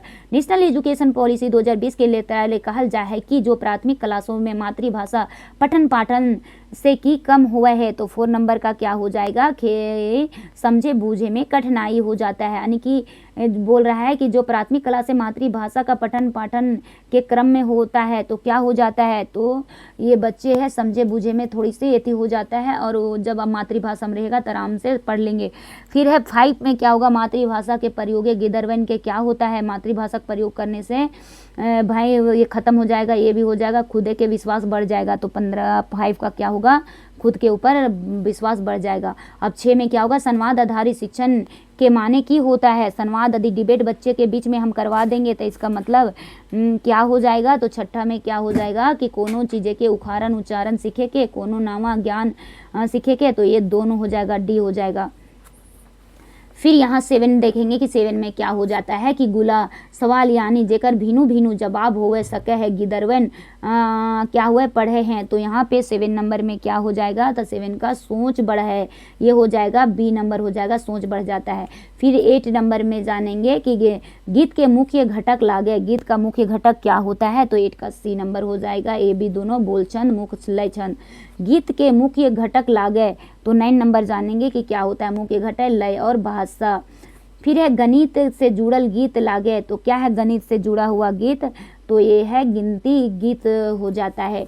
फिर गिदरवन के आखिर ज्ञान बढ़े ले कौन गीत सहायक हुआ है 11 नंबर का, तो ये हो गया बरमानला गीत। फिर है आपन संस्कृति के लस्तंगा होवे चलते गिदरवन आपन क्षेत्रीय लोकगीत क्या होता है, तो 12 नंबर का क्या हो जाएगा, तो वो जुड़ाव बाढ़े है। तो फिर है कि याद करे के क्षमता कौन बत्ती विधि से बढ़ल जाई है, तो 13 नंबर का क्या हो जाएगा किससे बढ़ता है, तो चलिए आगे देखते हैं। 13 नंबर का क्या हो जाएगा बी तक पढ़ चुके थे, अनठेकानी खेच खोचाई गीत दोहराई के, तो ये डी हो जाएगा। और 14 में जानेंगे कहानी आधारित शिक्षण से की बढ़ाहत, कहानी आधारित यदि शिक्षण रहेगा तो आपको क्या बढ़ेगा, सोच विचारे के कल्पना बढ़ेगा, सी नंबर हो जाएगा। फिर है प्राथमिक स्तर पर गिदरवन कहानी पात्र से क्या सीखता है, तो 15 का क्या हो जाएगा, तो ये है नैतिक मूल्य सीखता है। फिर 16 नंबर जानेंगे कि अपन भाषा यहाँ परिचित भाषा यहाँ क्षेत्र के भाषा लोक कहनी प्राथमिक स्तर गिदरवन के अधिगम के लिए सहयोगी हुआ है, तो 16 नंबर का भी हो जाएगा आपनोती भाव रहे के चलते। फिर कहानी के बादे बातचीत चर्चा होवे से की हुआ है, तो 17 नंबर का क्या हो जाएगा, तो समझे के क्षमता मजबूत हो जाता है, यानी समझने का पावर बढ़ जाता है। चित्रात्मक कहानी से गिदरवन के कैसन क्षमता बढ़े है 80 नंबर का जानेंगे, तो ये अवलोकन करके यानी क्षमता बढ़ता है, उनको लोग का उजागर होता है। मास्टरनी रीता हरी आम गिने ले कहा है यहाँ पे गतिविधि के भीतरे कौन सा समझ यानी छुपा हुआ है, तो क्या है गणित का समझ छुपा हुआ है। फिर आगे देखेंगे क्वेश्चन नंबर 20 में क्या होता है कि नदी जोरिया पहाड़ पर्वत गाछ वृक्ष देखे गतिविधि के लिए तरारे कौन से है यानी कौन सा चीज़ देखने के लिए मिलेगा, तो 20 नंबर में क्या हम लोग जानेंगे, तो 20 का है पर्यावरण संबंधी देखने के लिए मिलेगा, यहाँ पर्यावरण में ही ये सब पढ़ाई। जखन कोनो मास्टर मास्टरनी सवाल करे है तखन गिदर की करेगा, तो 21 का क्या हो जाएगा, तो सोच समझ के जवाब देता है। फिर अनुभव साझा करे के एक लस्तंगा क्या हो जाएगा 22 नंबर, तो ये हो जाएगा संवाद से हो जाएगा। फिर है पढ़े लिखे में रुचि बढ़वेले कौन शिक्षा सबले बेसी उपकारी होता है 23 का, तो यह खेल आधारित शिक्षा। 24 में जानेंगे शिक्षा छात्र नाता गोता कैसन होवे के चाहिए, तो 24 में कैसा होना चाहिए शिक्षा बच्चे के साथ में, तो ये होना चाहिए सहयोग करने वाला। 25 में है छात्र हरि मोहन लाल जी कला से सवाल पूछो है मोहन लाल जी की करे के चाहिए, तो 25 नंबर का आंसर क्या हो जाएगा, ओकर हरि की जिज्ञासा क्या है जगाई के सही जवाब दिया है, इस तरह से हो जाएगा इस। फिर 26 नंबर देखेंगे कि मोहनलाल 5वां क्लास के सभी गिदरवन के हमर गांव विषय पर लेख लिखेले कहला ईटा केकर से जुड़ल है। 26 में क्या हो जाएगा, तो ये गया स्थानीय क्षेत्रीय भाषा से। आप लोग को ये सब सिंपल में बताते गए, उतना भी डिफिकल्ट नहीं था, इसलिए कहीं भी एक्सप्लेन करें नहीं, बस आप लोग अच्छे से देख लीजिएगा। अब 27 जानते हैं लास्ट में कहानी आधारित शिक्षण में गिदरवन के पढ़ाई लिखाई रुचि बढ़वेले मकिन कहानी आधारित शिक्षण खातिर खाली जगह आज्ञा का दरकार हुआ है, तो यहाँ पे क्या हो जाएगा, तो ये होगा कहानी के रोचक और मजेदार प्रस्तुति। इस तरह से आप लोग का जो था पैडागोजी पोर्शन एक होठा का जो शिक्षण संबंधी टोटली एक वीडियो में आप लोग का कंप्लीट कर दिए। ये छोटा मैराथन वीडियो बन गया आप लोग का। अब आगे क्या करेंगे कि जो PYQ है जो भी हो गया JPSC JSSC ऐसे एग्जामों में झारखंड में जितने भी एग्जाम खोटा संबंधित हुआ है उसमें जो भी पूछा गया है उसको PYQ आप लोग जैसा कमेंट कीजिएगा उसके आधार पे आप लोग को हम अपलोड कर देंगे। जय हिंद, जय भारत, जोहार Jharkhand. Thank you for watching.